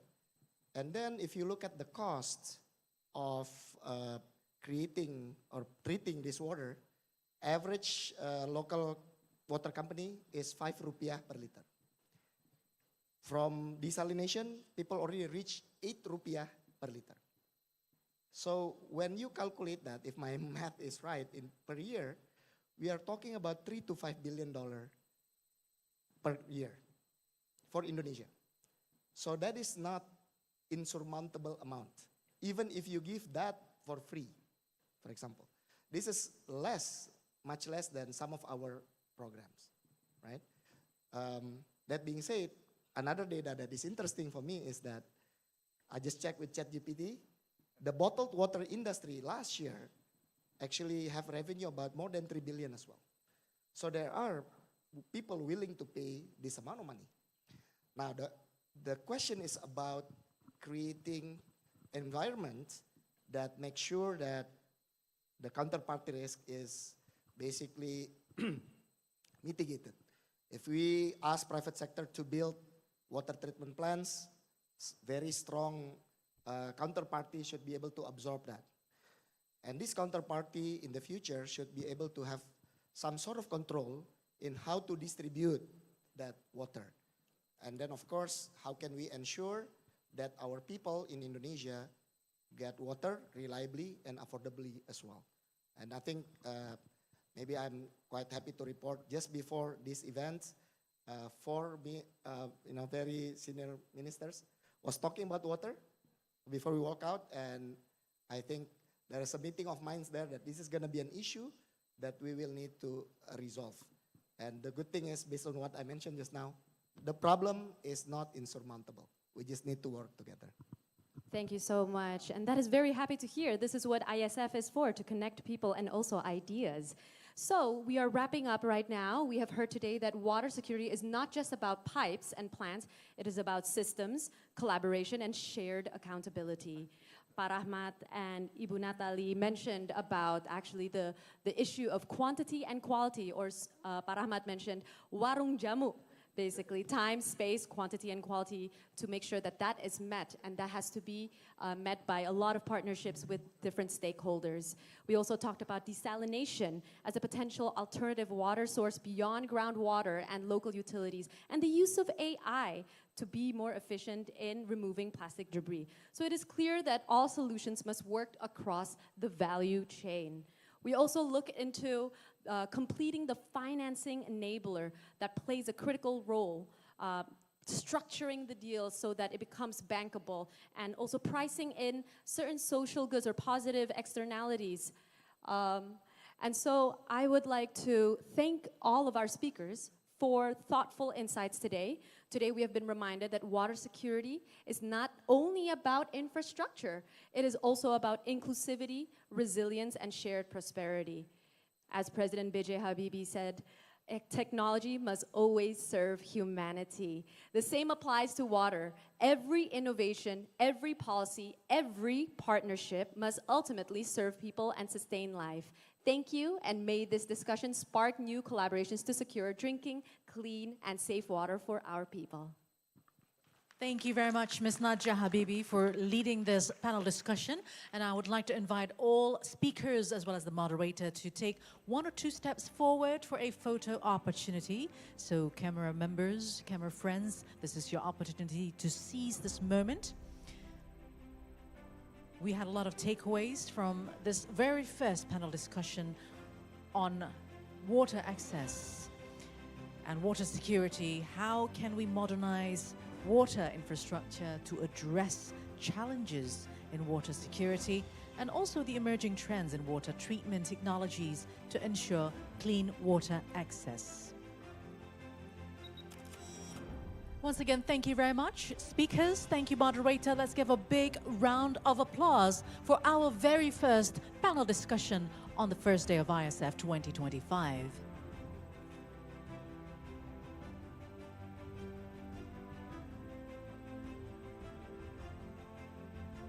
And we do hope as well that the discussion does not only stop in this room, but can also be done in actions in due course, because Indonesia really needs that. And ladies and gentlemen, kindly stay put in this room, because we are going to continue right away with our second panel discussion that will talk about feeding the future, sustainable innovation to boost agriculture productivity. And in this session, it will be discussing on the best practices. Maybe the speakers will share their best practices to drive sustainable increases in agriculture productivity. Also, success stories of integrating technology into food systems to enhance resiliency, and how innovations in agriculture can position Indonesia as a global supplier. So very, very engaging theme indeed to follow in this very second panel discussion.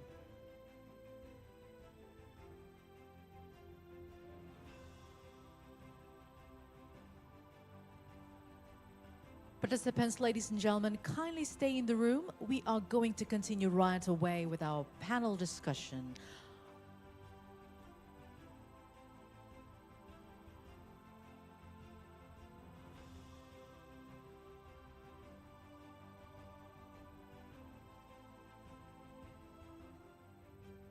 From one powerful theme, which was water, now we move into agriculture. So, ladies and gentlemen, in the second panel discussion, the theme revolves around feeding the future, sustainable innovation to boost agriculture productivity.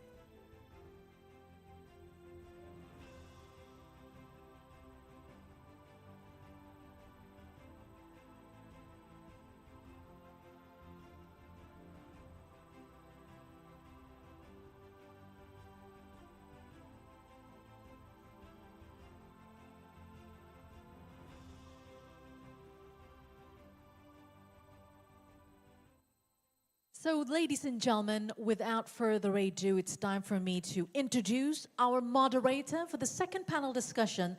Let's welcome him on the stage, Mr. Sachin Gopalan, CEO and founder, Indonesia Economic Forum. The stage is yours.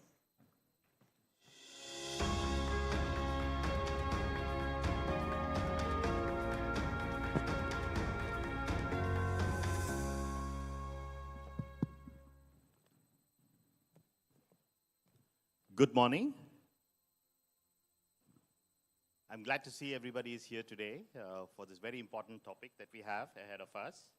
And I'd like to welcome everyone for the session. We're going to keep it short and we're going to keep it very engaging.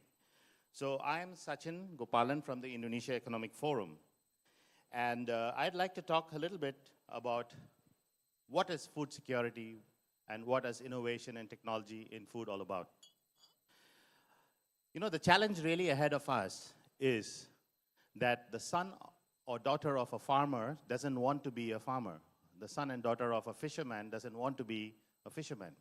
The younger generation is looking for new ways to be the people who provide us food that we need to feed the world. We have to feed 8 billion people, and that's quite a job because everybody's looking towards how can food be all about organic, locally sourced, climate-friendly, at the same time can be delivered in 10 minutes. So beneath that irony lies the real truth.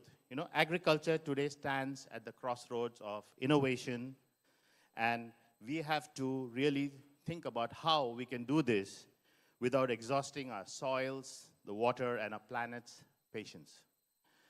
The good news is farmers are no longer alone. They are joined by satellites, drones, sensors, data, technology, innovation, all of which is now going to define how corporations and companies will play a bigger role in making sure that there is food for everyone. Let's get ready to dig into this, and I am very proud to invite several of our speakers for this esteemed panel today. If I may invite Pak Jap Tetfa, please come on stage. He's the President Director of Astra Agro Lestari. We have Anita Neville, the Chief Sustainability and Communications Officer of SMART. We have Peter Bakker, the President and CEO of WBCSD. And we have Pak Rahmat Pribadi, the CEO of Pupuk Indonesia. As you can see, the panel has been put together in a very, I would say, smart way in order for us to be able to talk about some key issues that we should talk about. Okay, thank you very much. I would actually go directly into the discussion, and I'm going to try and see if we can make this a bit conversationalist rather than a long monologue. So our panelists here are going to keep their answers short as well as flowing into one topic to the other, okay? So I would like to get started right away. So I'm going to start with Mr. Jap Tetfa. You know, the experience that you have with your organization being a very key role in this sector, what role can public-private partnerships play in ensuring long-term food security? Okay, thank you, Sachin, for having me here. So it's such an honor for me to speak in this distinguished forum. So I think the role of public-private partnership is very important in this case because, as you mentioned in your opening remarks, that long-term food security is very important now. And long-term food security cannot be done by only one sector alone. So in this case, I believe that the role of the governments, as a private sectors, and private sectors, and also the community is very important, where the government can provide with a very good policy and also the regulations in order to support the growth of the industry. And secondly, for the private sectors, I think importantly is the innovation, as you mentioned before, also the capital, financing, and also the operational excellence. So, I mean, the key word here is the sustainability and productivity. So how we can produce more with less, meaning that how can we produce more, higher productivity with existing land, and while preserving the nature and ecosystem, and also empowering the communities. So in this case, I think, as we understand that the palm oil is a major players in the world vegetables oils supply. So in this case, the problem is how can we secure the supply for the futures? I mean, in 2050, I think in our calculations, the population may reach up to 10 billion. And then there will be a gap in terms of the supply because the demand keep growing, 3 to 4% CAGR annually. So I think in this case, how can palm oil, especially Indonesia, can play a role? I think collaboratively, governments and also the private sector is very important. So number one, I think replanting is the key, because most of the plantation in Indonesia as well as Malaysia, I think is old age already. So it is low yield. And how can we replanting with better planting materials, higher yields, and also slower growth in height? Because slower growth in height means that it can prolong the cycle of productivity, meaning that it can also improve the soil's health and also consuming less water. And secondly is the research and development. How can we introduce and innovate with biofertilizers? At Astra, we have pupuk astamik, which is the biofertility that can reduce about 25% of the chemicals used. In this case, it's also a low carbon emissions as well. And we also try to always innovate with better yield with resistance to Ganoderma, because this is part of the very dangerous disease for palm oil. And not to mention, we also have to understand the smallholders inclusions, because 40% of Indonesia plantation is owned and managed by the smallholders, and we have to be ready. And then I think our motto in our company is no one left behind.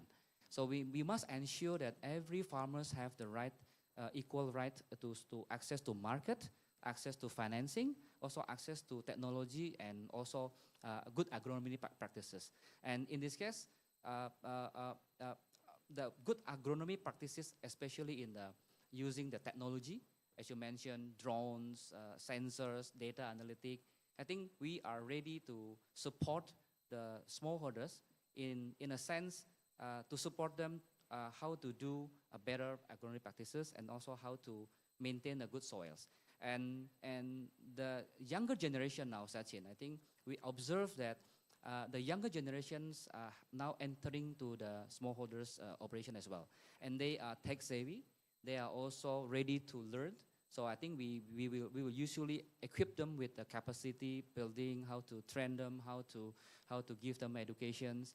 And last but not least, Sachin, I think the sustainability practices. So the commitment for no deforestation, how to have a certification like ISPO, Indonesia Sustainable Palm Oil, RSPO, for example, and also how to use more on the biomass, like palm kernel cells, and also the biofertilizers and methane captures, and also in order to reduce the methane gas from the pond. I think this is very important. So I think overall, the collaborative effort from public-private partnership, including the local community, is needed, because we are not talking about the food security as well, but I think it's a strategic investment for us to create innovative or partnership and also sustainable agriculture in the futures. I think that's my point. I think that's a fantastic answer. You know, you've shown us that how you have had a very over-encompassing kind of a strategy, which is straddling across so many different factors. That's a great answer, Pa. I'm going to ask the same thing, actually. What has been your experience, Anita, with SMART? And the same thing on the public-private partnerships. At the risk of sounding very repetitive, I think there's a lot that we agree on in terms of the role of public-private partnerships. So perhaps I can take a slightly different tack. Yes. So at Sinarmas Agribusiness and Food, we're a large corporate farmer of palm, but we're also heavily reliant on the communities and the smallholder farmers that also supply not just our business, but supplier mills to our business. So we feel a real sense of responsibility as a result of our large scale. We have also a large responsibility to really hold hands with smaller actors. As Pak mentioned, smallholder farmers make up something like 40% of production in the palm sector. Big players like us are actually the anomaly. And so we have a responsibility to hold hands with those smallholders and those smaller and medium enterprises within our industry to help them to adopt the most sustainable practices and be most successful. And we call this, in Sinarmas, we call this the inclusive closed loop model. How can we lift up smaller enterprises by providing them access to good seeds that handle things like Ganoderma, that are more drought resistant, provide them with access to good technology, sustainable practices, etc. But more than that, I think it's also having a sense of shared purpose, a sense of that collectively we need to do this together. And I think one of the greatest challenges the Indonesian palm sector faces is how to address the elephant in the room of the sector, which is declining productivity. So we must accelerate things like replanting for smallholder farmers and across the sector to improve the age range of our plantations and to really be able to realize that ambition of producing more on the same area of land as we work today. My chairman and CEO, Pa Frankie Wijaya, who sadly couldn't join us today, used to say to me, Anita, I want to be the equivalent of a 1 million hectare oil palm company on 500,000 hectare. Okay, that's a challenge, and that requires us to invest in innovation, in research and development on how to improve feedstock for the plantations. It's innovation on planting techniques, production techniques, etc. And I think where private partnerships come into that is that acceleration component. We need the public side of things to be set up right in terms of regulation, policy, incentivization, because those are the structures, the frameworks that will support industry who are equipped to do innovation, research and development, operational excellence. And you need these things to come together. Pak Chairman also likes to say, together we can go far, fast, and towards an infinite future. And I think that sense of collective action is what's so important in public-private partnership. Okay, very good. In fact, the whole idea of how we can connect this now to the next question I have, which is how do we boost agricultural productivity while ensuring sustainability and resilience against climate change? And I think we have a very good speaker here, Peter Bakker from WBCSD. And you represent actually 200 companies. So you have a pretty broad view on how this is being done across various types of companies across sectors, right? Love to hear from you on this. Yeah, thank you. Well, the first thing I'll share with you, because when you come to a conference like this is you want to learn new things. So last Saturday we were in Stockholm, and the new Eat Lancet report was published, which if you haven't downloaded and if you're in the agriculture and food sector, please download it, because this is where science gives us an update on their latest thinking on how to improve and make sustainable the global food system. 8 action areas, two around diets, 3 around the social impacts, including smallhold farmers, and 3 around the environmental impacts. If you look at those environmental impacts, then basically there are 3 things I want to leave with the audience, and that's all around innovation that private sector in collaboration with the other actors need to drive. The first one is agricultural practices. How can we move to a regenerative agricultural practice? That will not only boost productivity, yields, income for farmers, it will make the whole agricultural system more resilient. So regenerative agriculture, not just at farm level, but at landscape level, is going to be a big innovation area going forward. The second area is unleashing the power of digital transformation. I was recently in India. There's an example of a private sector company that has connected 2 million smallhold farmers to a digital tool system with sensors, satellite monitoring of their plots of land, giving them real-time digital advice on how to use fertilizers or change their practices to get better income off the field. I think the third area, and we'll talk a bit later in today's sessions in one of the rooms, is we need to get our arms around physical risk in the supply chains, into the agricultural system. Like one of the ministers this morning said, climate change is no longer a conceptual issue. The impacts are here now, and in Indonesia, you suffer the brunt of that with floods and droughts. But it's not only those disaster moments, it's also the slow burning impact of rising heat that will reduce yield. So yes, we need to boost productivity, but we must also make sure that the productivity we have is resilient. So I'll leave it at that. Very good, very good. You've provoked our thinking now. This is not going to be doable if we just have do what we normally do. We actually have to do something different. We have to think different. And I'm going to now go to Pa Rahmat Pribadi to continue the same thing, because you are at the sector which is very much essential. And I would not just ask you from a perspective of somebody who's manufacturing fertilizer, but how it's being used and what are the trends that you are seeing across the sector where you are able to contribute to boosting agricultural productivity, at the same time being mindful of the effects on climate. Thank you, Sachin.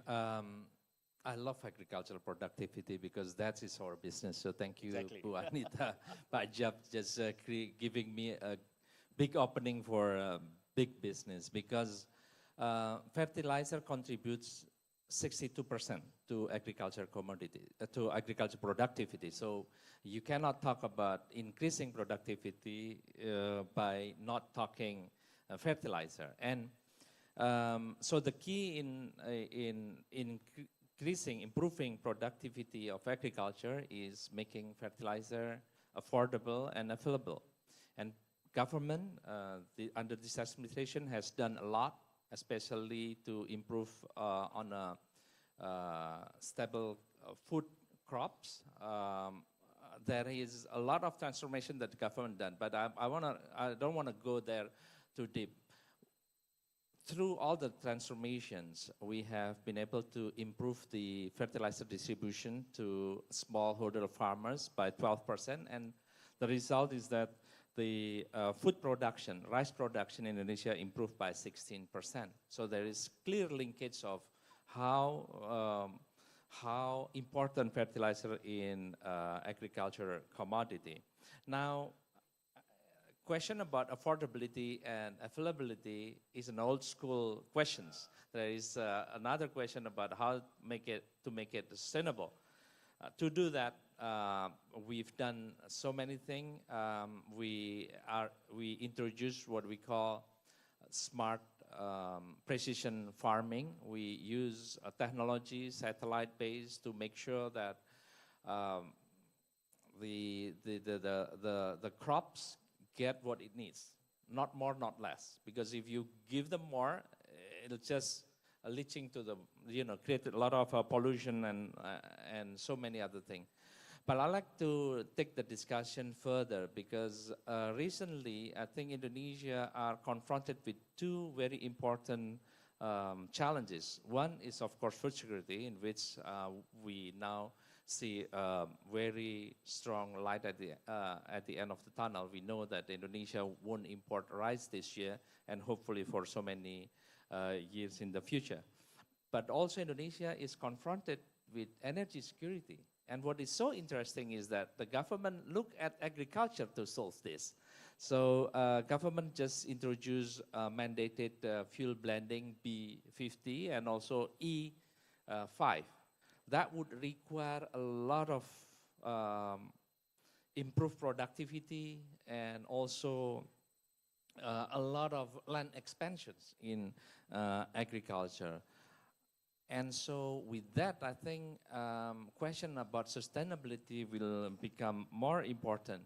And second thing, on helping Indonesia moving into more sustainable, less carbon economy, Indonesia also on last month issued government regulations that mandated ammonia as part of the energy mix.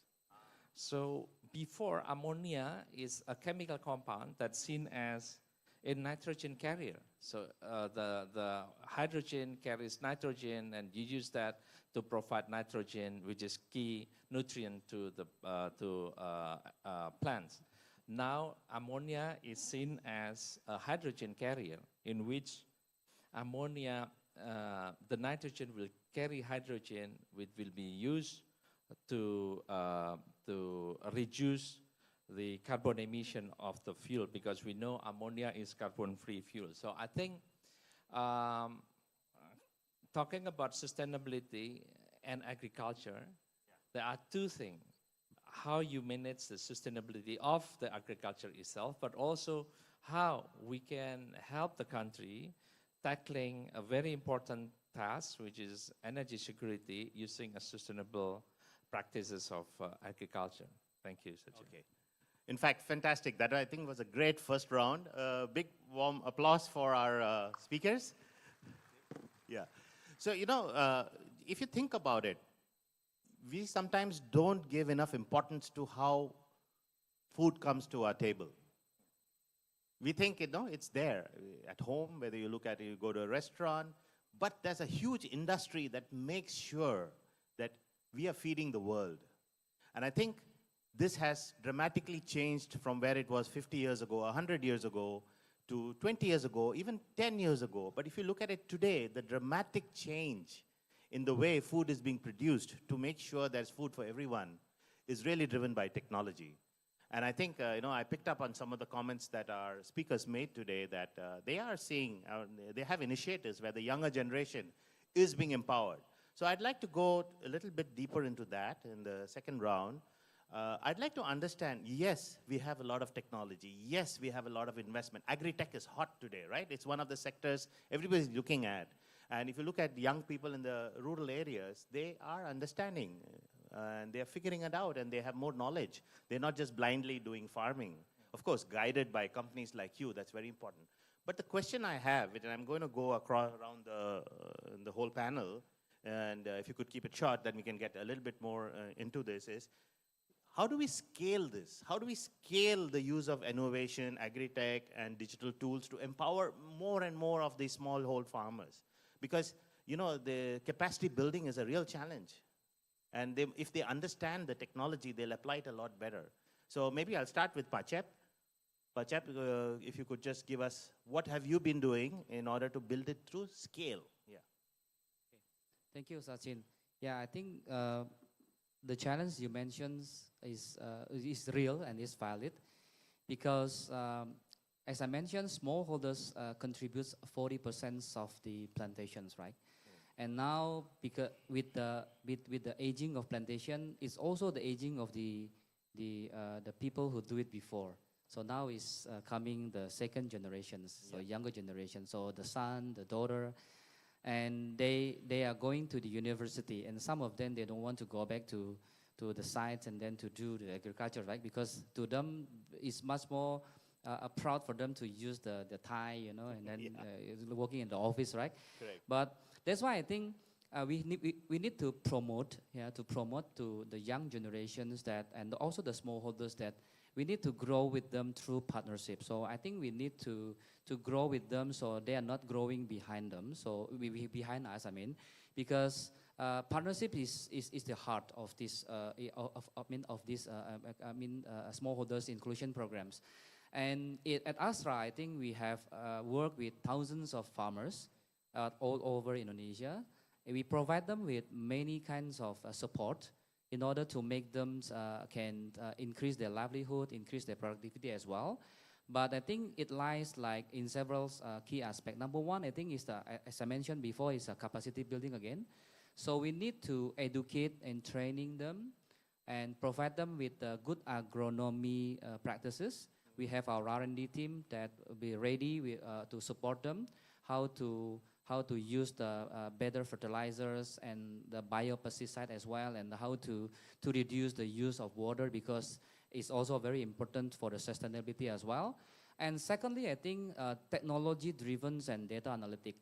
We scale up, we expand our digital applications for the smallholders to use, to ease them for queries. They can also access to pricing information. They can also access to the the payment as well, including the tax services. I think we are going to support them as well. And the use of drones and the technology, because sometimes the smallholders, they do it very traditionally. And then by using data analytics, we can help them to understand which block is actually produced more, which block is using more fertilizer, which block is better. So I think we can do a comparison to them and then to give them feedback. And the last but not least is actually to support them with the market access and financing as well.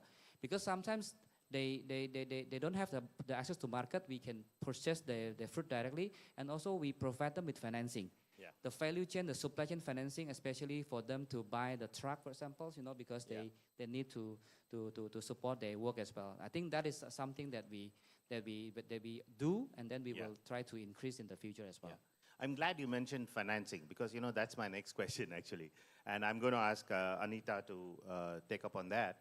If you'd like to add something to what Jap said, that's also fine. But the question I'd like to pose to you, Anita, is about financing models. What kind of financing models are effective nowadays in order to be able to drive investment in sustainable agriculture at scale, basically? So I'm going to cycle back on the young people in farming, Sure. because actually these two questions are connected. Connected, exactly. And I think that it requires us to reconsider how we think about our own approaches to supporting communities and farmers. The average age of a smallholder farmer in Southeast Asia is around 53, 54. And when we were doing some analysis of our engagement programs with communities and farmers, guess what? The average age of the people that we target with these programs, 48 to 55. There is a huge audience in the ages 18 to 35 that we should be targeting and thinking about how do we engage them in food production, in agricultural production. And those programs probably do need different kinds of financing solutions. Instead of treating smallholder farmers in some kind of patronizing way, think of them as small business owners, right? They are family businesses, just like your local milk shop when I was growing up in Australia. And so if we start treating them like small businesses, then we need to think about financial models that can actually deploy smaller parts of money into local rural communities. This is where I think things like digital wallets, e-wallets, can be quite interesting. Trouble is, we need to do all of this much faster. So how do we connect big money that is allegedly out there to support the just transition in agriculture to get us to a low-carbon future with the needs of an individual family business? That's one challenge. And right now, I don't think we have a good answer for that at scale. But I think Indonesia, where you have a large-scale adoption around some of these sort of scan pay models, et cetera, I think there is an opportunity there. You need infrastructure to work for that in rural communities. And you need partnering between young people and older farmers who are exiting farming. I'll give you one example that we're doing in Sinar Mas Agribusiness and Food real quick. We have an older farmer who's been in our egg laying program doing really well, but he's sort of aging out. He wants to retire. We have a young guy that we had sent through our scholarship program to do like management training. We actually paired them together. What an old-fashioned notion, mentorship and pairing. Nothing digital about it, to be honest with you. Yeah. But the young guy looked at the older guy's business and went, here's ways you can modernize.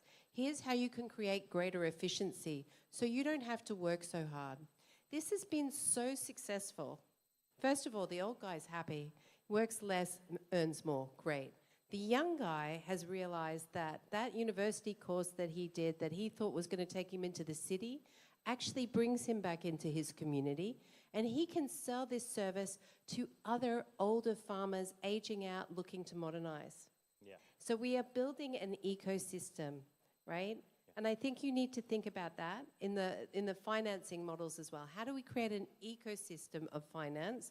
Big buckets of money, sure, but they have to be deployable, executable at that very local and sort of farmer family level. Yeah. In fact, that's a great homework for a lot of people in the room here. I think, I'd like to hear from Peter. Have you seen anything like this? Any different kind of financing models taking place in the 200 companies that are there in your organization? Yeah, the first thing to say, though, is coming back to what you said at the start of the second round, we've built an incredible system that is trying to feed the world, but the system isn't working. This is not about making it incrementally better. We need a transformation of the food system, and we all need to come at it with this mindset. 2 months ago in Addis Ababa in Ethiopia, the UN Food Systems Summit was held. The big word there was co-investment. So what we need to do now is truly collaborate at landscape level. And the biggest example I know is in Brazil, in the Cerrado, very big part of the rainforest there. The big traders of the world working together with smallhold farmers, with local governments, with the communities, to say how can we get co-investment of the solutions to flow. And the role of business is not just to buy the products that come off the land, but to give long-term certainty on the offtake, to really co-invest, to bring blended finance into that. And so it means co-designing, collaboration, that's really the way forward. Fantastic. You know, co-investment, blended finance, I think 2 key words we can think about. I think we're going to close to the end of the session, so I'm going to go 1 round. I'm going to start with Paramat. My favorite question has always been when ending a panel like this is, I know what you're doing today, you know what you're doing today, you know what you're doing next year, but let's say 10 years from now, what is that one thing you think your organization should focus on, you'd like to see, which will make, in your opinion, solve the problems, which, like Peter said, that we have a system that's not working as it should. 10 years from now, what's your view? A quick answer so that we can go around everyone. All right. Well, I think a lot has been said. We need to see more sustainable farming. And to do that, we need to adopt technology. Problem is, technology adoption of farmer is very low. Yeah. And that's what we need to do. That's what we are going to do. We will help the farmer to adopt technology. Not necessarily that they will use the technology, but perhaps we will provide services that use a lot of technology to help them. So that's what we're going to do in the next 10 That's a good closing statement as well. Mr. Chap? What do you like to see in 10 years as a closing statement? Okay, I think in 10 years, I will focus on 2 things. Yeah, number 1 is continue the R&D. I think this is very important for the long-term food security to survive. And secondly, I think it's the responsible sourcing that we can also ask the smallholders to work together, how we can provide the better sustainability practices in the future, I think. Thank you. Fantastic. Peter? I think 2 things in 10 years need to be the standard: risk assessment throughout the agricultural food supply and the food supply chain. And the second thing is really drive regenerative agriculture to scale. And Anita, you have the last word. So at the international level, I think we need to see a doubling or tripling of transition finance into agriculture. Ag is 30% of global emissions. It's currently about 5% of the financing. That needs to triple, at least. At an Indonesian level, I think what we need to see is mass investment in replanting in the palm sector so that we can really reinvigorate that industry, feed ourselves, feed and fuel the world. And from a Sinar Mas perspective, our contribution to that is our commitment to training and supporting 100,000 smallholders and training and supporting 20,000 youth in 10 years so that we're breeding the next generation of farmers. So that's, I think, a good blueprint to end this discussion with. And please join me for a warm round of applause for our great speakers. Anita Neville, Chief Sustainability Officer, Communications Officer of SMART. Peter Bakker, President and CEO of WBCSD. Rahmat Pribadi, CEO of Pupuk Indonesia. And Mr. Chap Tet Pha, President Director of Astra Agro Lestari. Thank you very much. I'm Sachin Gopalan. I'm honored to be here today and enjoy the rest of the conference. Thank you. Thank you, Mr. Gopalan, for an excellent leadership in moderating this session. And also, we thank you all speakers. We invite moderator and speakers for a photo opportunity. So please kindly face the cameras. Line up at the center of the stage this time around. Very engaging topic on agriculture innovation as well as productivity, and it is very important as well for us to foresee what do we want to leave as a legacy 10 years from now.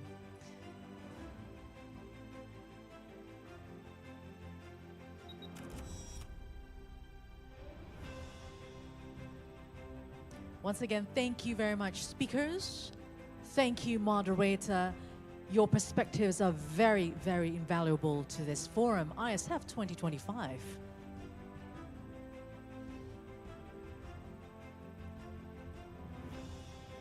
Ladies and gentlemen, we still have more topics in panel discussions, and that's going to happen after the break. So for now, we will take a break for lunch and networking, and for our Muslim friends as well, for the Jum'ah prayer.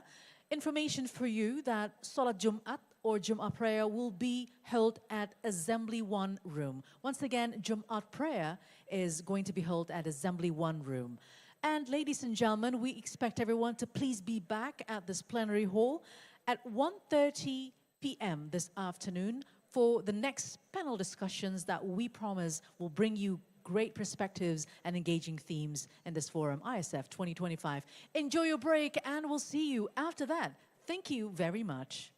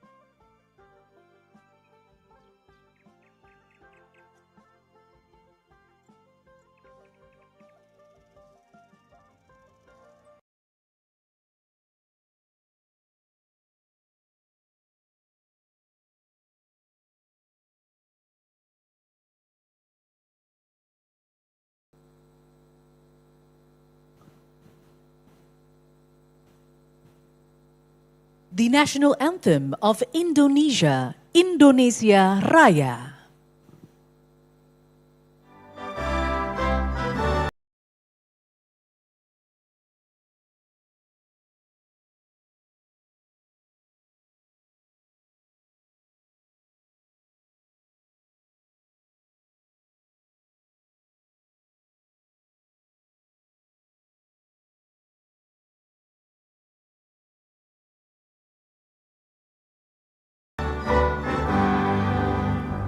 Indonesia tanah airku, tanah tumpah darahku. Di sanalah aku berdiri, jadi pandu hidupku. Indonesia kebangsaanku, bangsa dan tanah air. Marilah kita bersatu, Indonesia bersatu. Hiduplah tanahku, hiduplah negeriku, bangsaku rakyat.